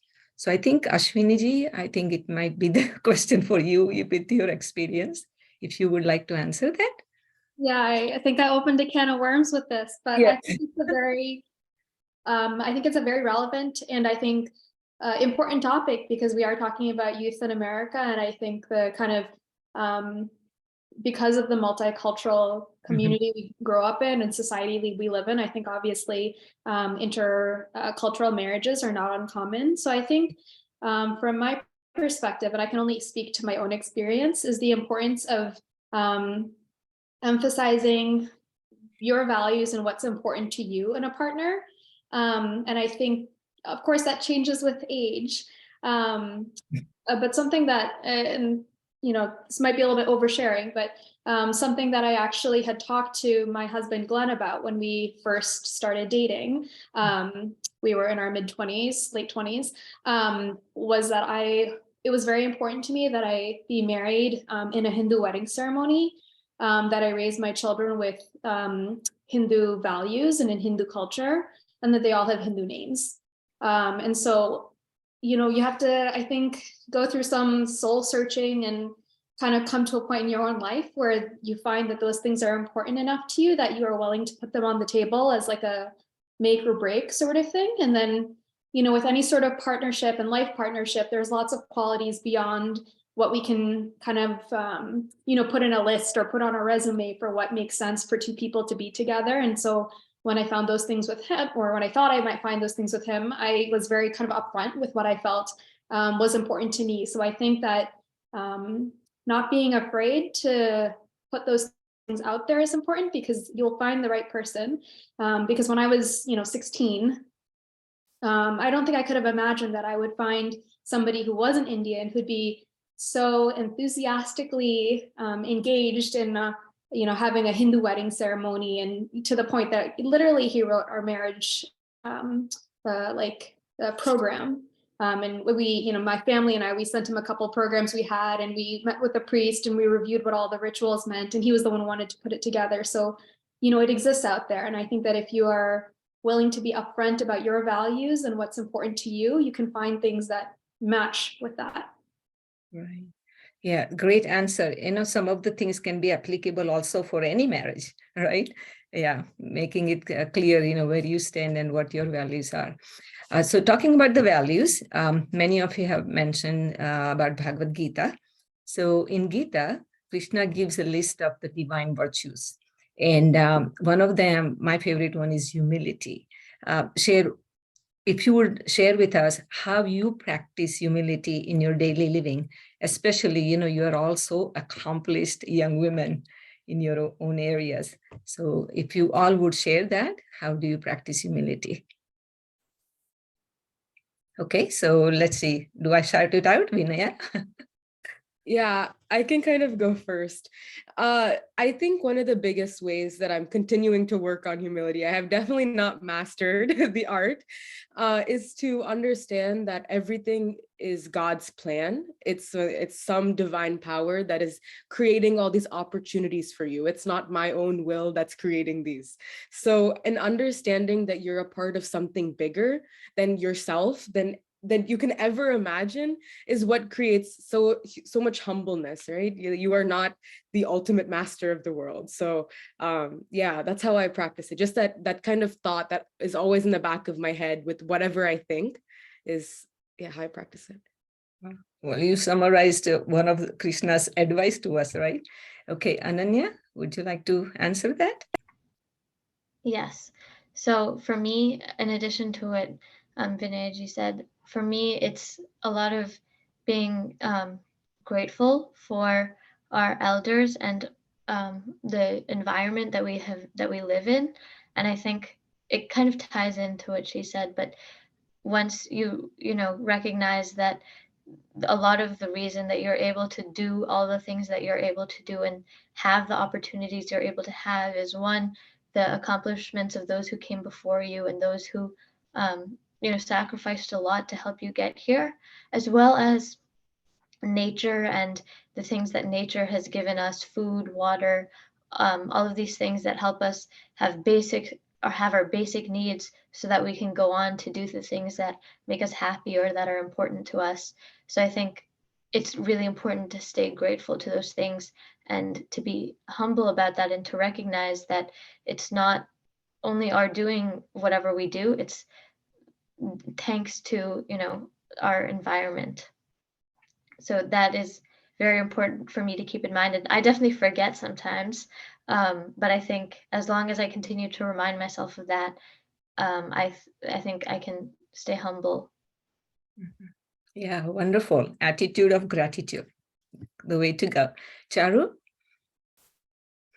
Yeah, so I agree with Vinay and Ananya, and I'll just like add on that as I mentioned earlier, I feel like being Hindu, it's very community driven, Hinduism. And so I think just that fact alone is like a lot to bring humility, because a lot of what we're doing is very community based and very much for society. And like we receive a lot from society as Hindus, as well as our ancestors and like from our family. And I also feel like just being part of Hindu Yuva or being in college, I'm surrounded by a lot of people that are like very much experienced in certain aspects of life and are much older than me or much younger than me. And I'm learning a lot from them. And so I think just being with a group of people that I'm learning from all the time is very much helpful in grounding me or, you know, increasing humility. Since I can see that I'm nowhere near like knowing everything at all. So it's very helpful. Yeah, great. You just kind of mentioned satsang, right? That satsang, good company, that we advocate quite a bit in our dharma. Shruti? Yeah, I think for me, humility comes from focusing more on why I do what I do and less on what it is that I am doing. I think the reason I continue to do the work that I do or focus on sharing meditation, yoga practices, or whether it be, you know, engaging South Asian community here on campus in different community events. I feel like I do those things because I hope to continue these values of community and continue these values of truth and question seeking, and less about the titles and less about the galore and the accolades. I think all of that, it's kind of what Ashwini mentioned earlier about like less about fruits of the labor and more about the labor itself and why I engage in that labor.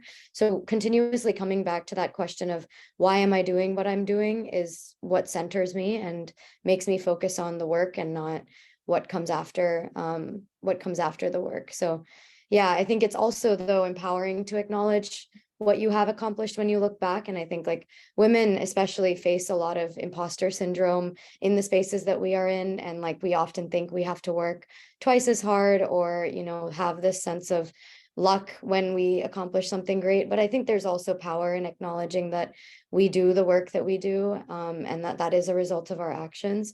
But I think humility is important to practice in order to continue that work, because I think the moment we stop and, you know, bask in the glory too much, I think that then becomes a place where you might stop doing that work. And I think that is dangerous. And so, yeah, I think being able to acknowledge your power, but continue the work is something that I try to keep that balance in my life.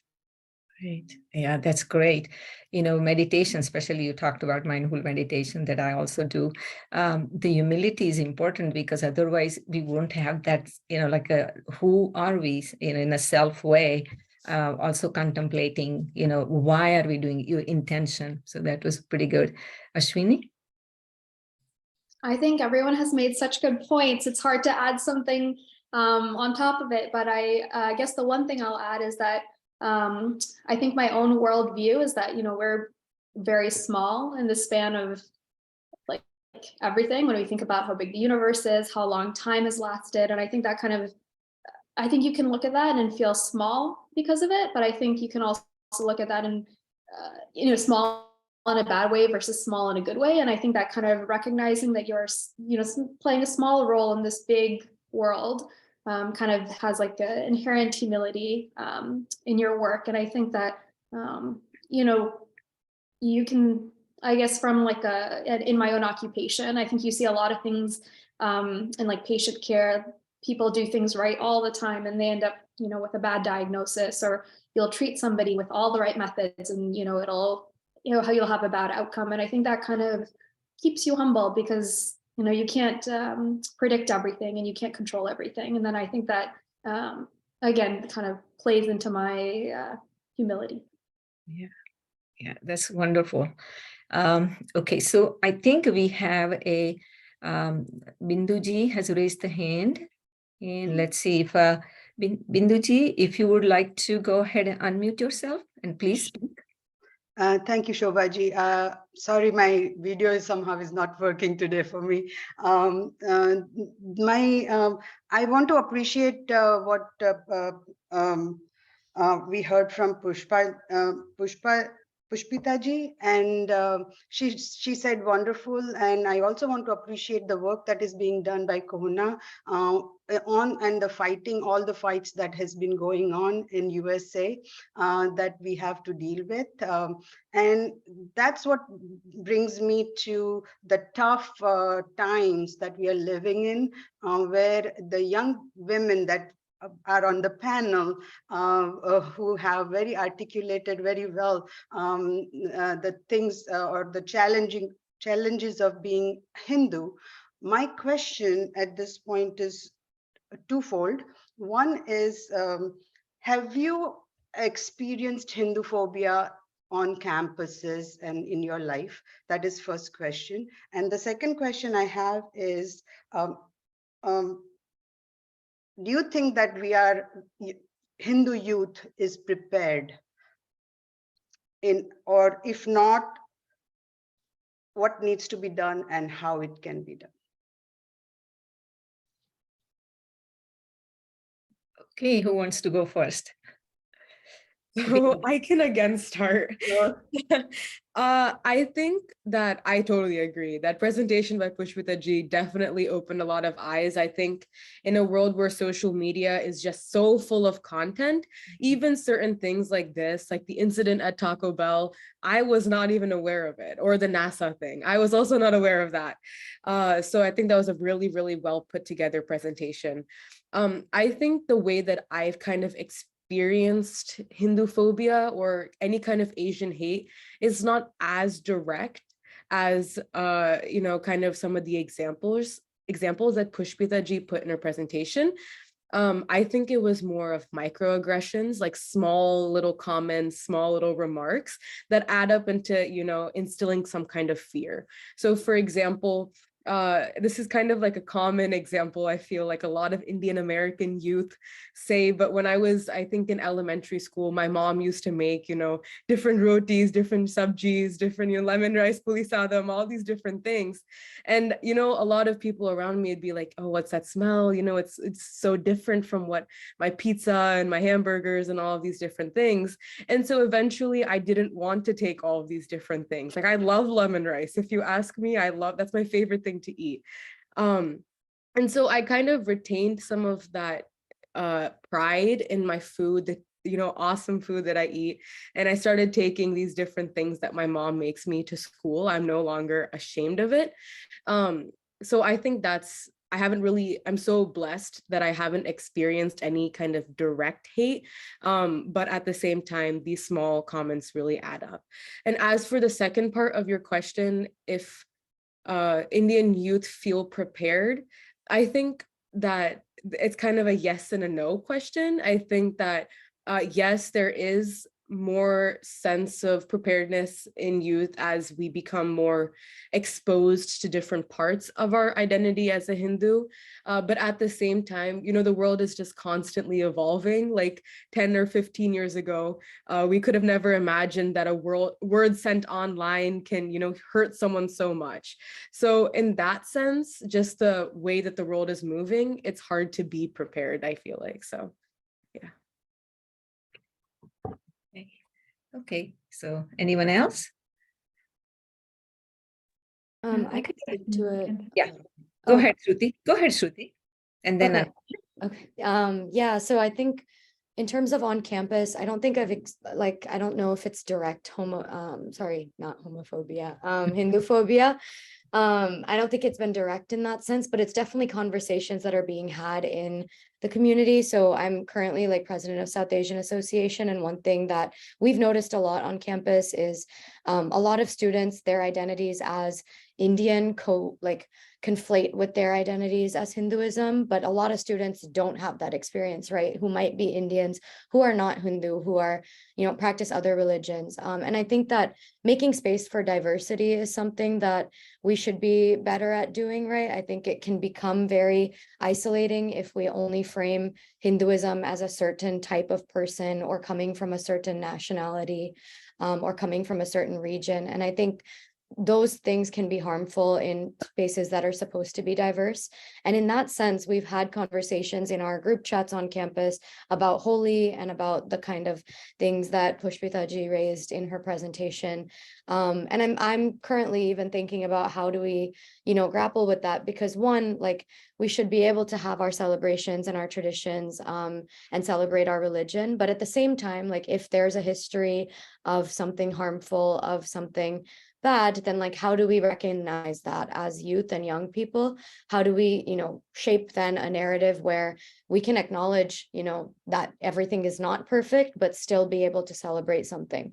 It's the same way, there's probably a million things wrong with Easter, Christmas, but nobody's tearing that down. And I think people within our own community are the first ones to tear ourselves down. And so I think there's that is very something unique to the South Asian space that you don't see in Christian spaces, in, even Black spaces are very united, even when they are, attacked from the outside. And so I think that sense of unity is one that we don't need to exclude the conversations of, okay, maybe these holidays perpetuate something bad, maybe they're grounded in something wrong, whatever it might be. I think we should be able to form a more nuanced narrative of, okay, here, let's look at and analyze the past, but let's also continue to celebrate what is important to us. And I think not tearing ourselves down is one thing that we need to work on as a community. And I think that's kind of the main thing that I'm taking away from these type of conversations that we are actively having on campus. Yeah, that's a really good response. We also have to look at within how we are and who we are. Ananya? Yeah, I also have not had any, direct experiences with Hinduphobia. It's often, microaggressions, which, as I mentioned before, I've kind of learned how to deal with. I was more wanting to focus on the second half of your question, which is, are Hindu youth prepared to, come into contact with Hinduphobia? And I think when I was watching the keynote presentation, I had a very emotional response to a lot of those tweets and comments, and it was very painful to read that. And I think as a Hindu youth, I've definitely thought a lot about how, if I come into contact with that, how do I respond? And I think, as I mentioned before, the first and foremost thing is being knowledgeable and being able to combat hate with truth, and ignorance with knowledge, which is a very important part of Hinduism. And I think the way that we do that, and the way that we are able to be courageous enough to do that, is to have pride in ourselves and to have pride and understanding of our own religion, so that we feel empowered enough to be able to combat hate that we might face. So even though I haven't necessarily faced Hinduphobia, because I live in a very kind of accepting community, and I'm surrounded by people who are very accepting, which I'm very, very grateful for. But once you go out into the real world, I can understand that it's not always like that. So I feel like the two most important things are pride and knowledge. And I think in whether or not they are equipped as of right now, I think the way to equip Hindu youth, such as myself, is to kind of foster that pride and provide that knowledge. Yeah, that is true. That internal strength that comes from pride and knowledge, and that passion that you showed for what you heard. Okay, Charu? Yeah, I'd like to add on to what was already said. So I have actually had somewhat of a Hinduphobic experience on campus. my sociology professor assigned us some reading that was pretty Hindu-phobic in nature. It described Hinduism as an absurd religion, and Hindus as very strange people for worshiping the cow. And it called the Hindu reverence for Gau Mata as a very backward tradition. So I brought up these points with my professor, and he was pretty defensive about the topic that we were discussing. But I kind of stood my ground and I presented my points. And I guess this kind of ties into whether Hindu youth are prepared. I personally felt a little bit more confident to be able to speak on this issue because of the people that I've been around in Hindu Yuva and the role models I have, but also because through the Hindu American Foundation, I participated in a Dharma ambassador training, which taught me, the topics that I should understand, and kind of cemented my values. And then I was able to share that information with my professor. So ultimately, it was sort of successful in the sense that he agreed to remove that, that reading from the curriculum. However, he didn't completely buy my point. But I did feel like it was at least a step in the correct direction. And I think just the Dharma Ambassador program and like various other programs, if we can start establishing them and sharing them with more Hindu youth, it'll help it'll inculcate pride, but it'll also, as Ananya mentioned earlier, that it'll help us be able to answer these questions that we face. So I think we're moving in the right direction. We're not quite there yet, but just tying it all into the logic and the understanding, the science behind Hinduism will certainly help us combat Hinduphobia. Yeah, that's great. Very proud of you that you stood your ground and you contacted a professor, at least like small steps. Eventually we'll get there. Ashwini? I think similarly to most of the panelists, I've maybe not experienced like overt Hinduphobia, but I have experienced microaggressions. And I think to speak to Ananya's point is it's important to be able to know enough about your own culture and Hinduism to be able to address those issues, because I think that's where a lot of the defensiveness and lack of ownership over your identity happens. And so I think that having that basis and being able to respond to those things is really helpful. And I think there are a lot of resources that are like the like books and pamphlets I've seen. I think a lot of VHP events and HSS events about how to address like the 10 most common misconceptions of Hinduism. And I think those are important things to be able to kind of know in the back of your head for when those concerns might come up when someone brings something up to you. And I think it is worth trying to address microaggressions, which can be hard in and of itself to sometimes address those things without coming across yourself as defensive. But I think that it's important that we kind of don't let ourselves be walked over, because I think there's sometimes a lack of kind of, I guess, defending ourselves or trying to straighten the record on things that are Hinduphobic, and that kind of lets the insidiousness of Hinduphobia continue. Yeah, agree. Pushpitaji, would you like to share, with our youth, some of the advice that you can give them?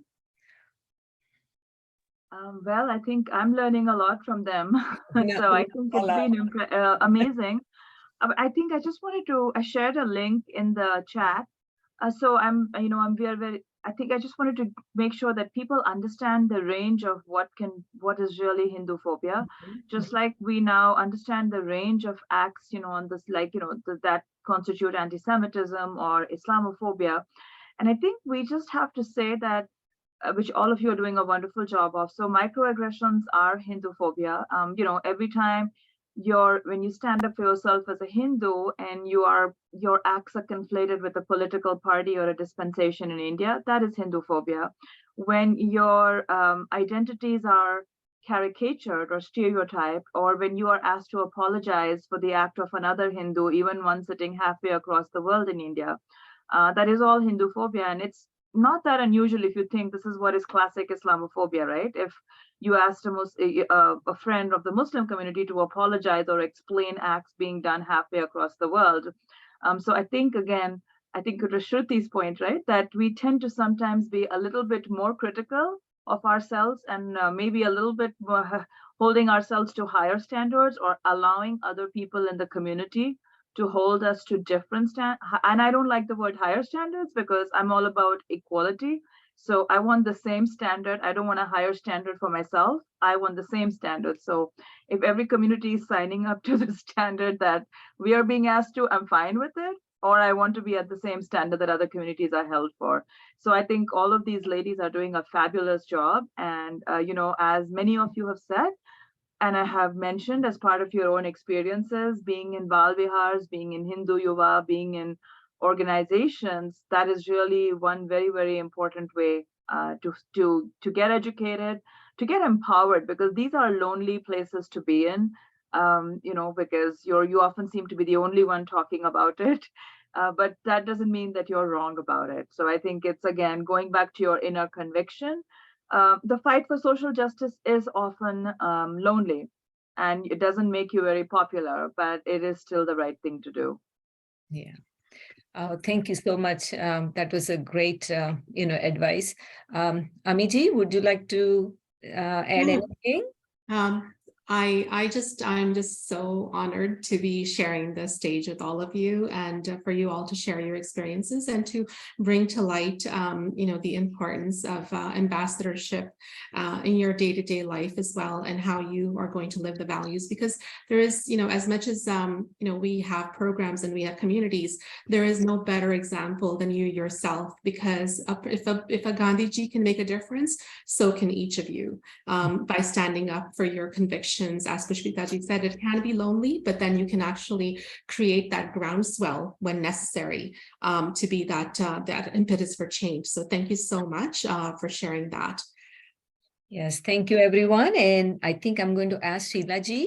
Can Sheilaji be spotlighted so she can go ahead and do the...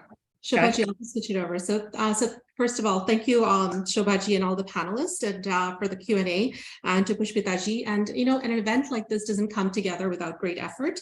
So our deepest gratitudes and thanks to all the people behind the scenes without whom this program would not happen. So Neelamji, Jaiswal, Shobhaji, Patel, Toralji Mehta, and the whole Hindu Women's Network team that has brought us together. Thank you so much. And now I'd like to invite Sheilaji Keneji for closing the event. Namaste. Wow, congratulations to you, all the empowered ladies. I cannot say our young ladies. And you have such a, engaging and thought-provoking discussion. We are very proud of you, and we thank you very much for being our panelist and really, making such a nice comments and sharing your own stories with us. We are so beneficial to our audience.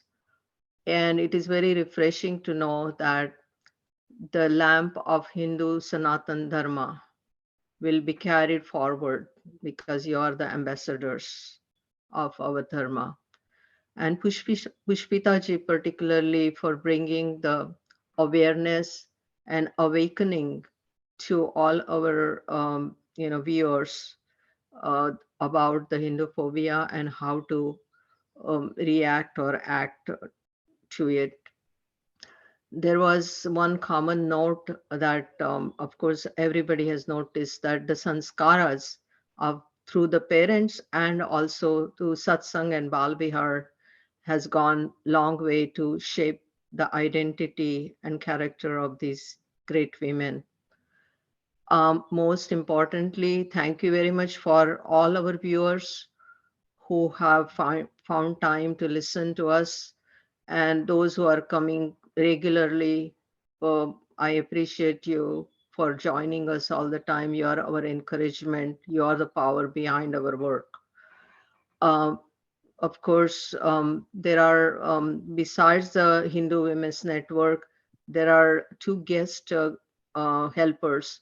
One is Mugdha and Ami. You have done a wonderful job, which we older generation couldn't do it so well. Thank you very much. And as we will be entering into New Year from next this coming coming Tuesday, which is Varsha Pratipada, also the start of Spring Navaratri. So I'm doing the prayer to Saraswati Devi. So join me. Ya kunde nrutusharharadhavala ya shubhravasravruta या वीणावरदण्डमण्डितकरा या श्वेतपद्मासना या ब्रह्मार्च्युतशङ्करप्रभृतिभिः देवैः सदा वन्दिता सा मां पातु सरस्वती भगवती निःशेषजाड्यापः. नमस्ते, धन्यवाद.